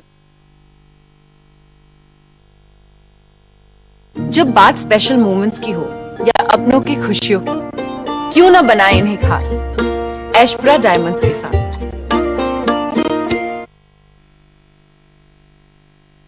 में आने का उत्तराखंड में, बट कहीं ना कहीं गलत तरीके की इलेक्शन इंजीनियरिंग के चक्कर में कांग्रेस इंफ्रास्ट्रक्चर पर जो काम किया गया बीजेपी की तरफ से 5 सालों में, उसको आप मानेंगे एक बड़ा कहीं ना कहीं उसका ये मानना चाहिए कि सेंटर ने जो काम करा इंफ्रास्ट्रक्चर के ऊपर उसका फायदा उत्तराखंड की स्टेट गवर्नमेंट को बहुत मिला है। कहीं ना कहीं स्टेट गवर्नमेंट के के काम के अलावा जो सेंटर का काम रहा है। रुक करना होगा। पंजाब से बड़ी अपडेट आ रही है, क्या है पंजाब से बड़ी अपडेट? मनु, अगर पंजाब की बात करें तो काफी हैरानीजनक नतीजे हैं, क्योंकि अगर कांग्रेस की बात करें तो खोने के लिए सब कुछ था। और जिस तरीके से अगर जो सीएम है चरणजीत सिंह चन्नी की बात करें तो वो अपनी दोनों ही सीटों से पीछे चल रहे हैं। हालांकि एक बड़ा दलित चेहरा है, दलित चेहरे के नाम पर ही कांग्रेस ने कहीं ना कहीं उन्हें टिकट दिया। सवाल करना चाह रही हूँ कि बड़े सिख दलित चेहरे थे, बावजूद उसके यहाँ पर कांग्रेस पार्टी पिछड़ गई, इसके पीछे क्या वजह? बिल्कुल ऐसा लगता है कि कहीं ना कहीं जनता जो है अब केजरीवाल मॉडल को एक बार फिर से मौका देना चाहती थी, क्योंकि दिल्ली में देखा कि किस तरीके से लोग फ्री बिजली और पानी को लेकर, ट्रैवलिंग को लेकर जो है लाभ उठा रहे हैं। तो कहीं ना कहीं नशा, जो कि एक बड़ा फैक्टर है पंजाब के अंदर, उसको भी दूर करने की बात कही। हालांकि भगवंत मान के ऊपर बहुत सारे आरोप लगे कि वो शराब पीकर सदन में जाते हैं, तमाम बातें थी। लेकिन कहीं ना कहीं अगर चरणजीत सिंह चन्नी की बात करें, जिनका कि दुआबा क्षेत्र में काफी दबदबा माना जाता है, क्योंकि 23 सीटें आती हैं इसके अंतर्गत, अगर चरणजीत सिंह चन्नी अपनी साख नहीं बचा पाएंगे तो बहुत बड़े नुकसान में है। बहुत बड़ा नुकसान यहाँ पर कांग्रेस के लिए। उत्तराखंड से के पास में आऊंगी, लेकिन उससे पहले उत्तर प्रदेश का रुख करते हैं। उत्तर प्रदेश से क्या बड़ी अपडेट है? अभी टैली जरा अपडेट कर दे पहले। देखिए मनु, ये तो तय हो चुका है कि अब एक बार फिर हम लोग योगी जी को मुख्यमंत्री बनाने जा रहे हैं। उत्तर प्रदेश एक बार फिर योगी जी की सत्ता को स्वीकार कर रहा है और मोदी मैजिक बरकरार है। मोदी मैजिक ने एक बार फिर दिखा दिया कि वो लगातार बरकरार है और मुझे लगता है कि जो हालात 5 साल में रहे वही एक बार फिर सत्ता में ला रहे हैं। मैजिक के साथ क्या योगी को जोड़ना नहीं पसंद करेंगे? योगी मैजिक भी रहा। योगी का जो प्रशासन, सख्त प्रशासन, शासन प्रशासन और सुरक्षा का आश्वासन के साथ जो बुलडोजर चला, वो बहुत महत्वपूर्ण रहा। कई ऐसे फैक्टर रहे, महिलाओं की सुरक्षा को लेकर काफी गंभीर रही सरकार। ये सारी चीजें वोट पे कन्वर्ट हुई। और आप ये देखिए कि जो अपोजिशन था, समाजवादी पार्टी था, उसने तमाम सरकारी कर्मचारियों को तमाम रियायतें देने की बात कही। इसके अलावा तमाम सारे ऐसे मुद्दे लाए फ्री वाले, लेकिन कामयाब नहीं हो पाए। पूजा भी कुछ जोड़ना चाहिए। बिल्कुल, देखिए एमवाई फैक्टर जो कि समाजवादी पार्टी के, यानी कि मुस्लिम और यादव का जो फैक्टर समाजवादी पार्टी के साथ देखा जाता था, वो फैक्टर हमने बीजेपी के साथ, यानी कि मोदी का जो फैक्टर है वो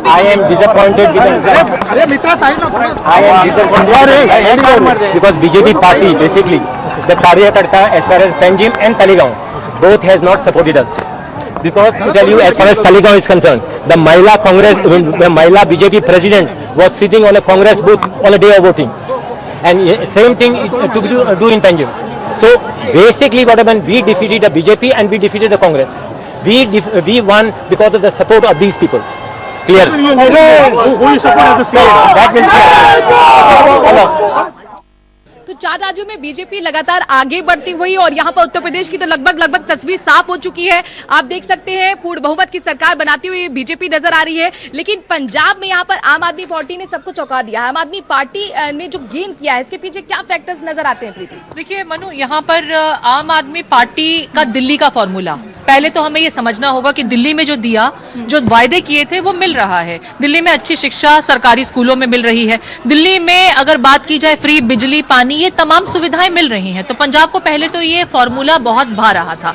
दूसरी चीज ये कि कांग्रेस और एसएडी का जो विकल्प था वो जनता देख चुकी थी, समझ चुकी थी और उससे अब वो निजात पाना चाहती थी। ड्रग्स का मुद्दा जो है उसका कभी भी समाधान नहीं निकाला गया। रोजगार की जो साधन है वो प्रदेश में कभी नहीं लेकर के आए। और इसके बाद में अगर कांग्रेस, जिसने एक मास्टर स्ट्रोक खेला था, अगर नवजोत सिंह सिद्धू के बाद चरणजीत सिंह चन्नी को वरीयता दी गई और एक दलित चेहरे के रूप में प्रोजेक्शन दिया, लेकिन हुआ क्या कि चुनाव से एन पहले चरणजीत सिंह चन्नी के भतीजे के ऊपर जो सेंट्रल एजेंसीज की रेड पड़ी, एक तो डैमेज वहां हुआ, दूसरा नवजोत सिंह सिद्धू इकलौते अकेले काफी थे पार्टी को सेल्फ गोल करने के लिए, सेल्फ टेंट देने के लिए।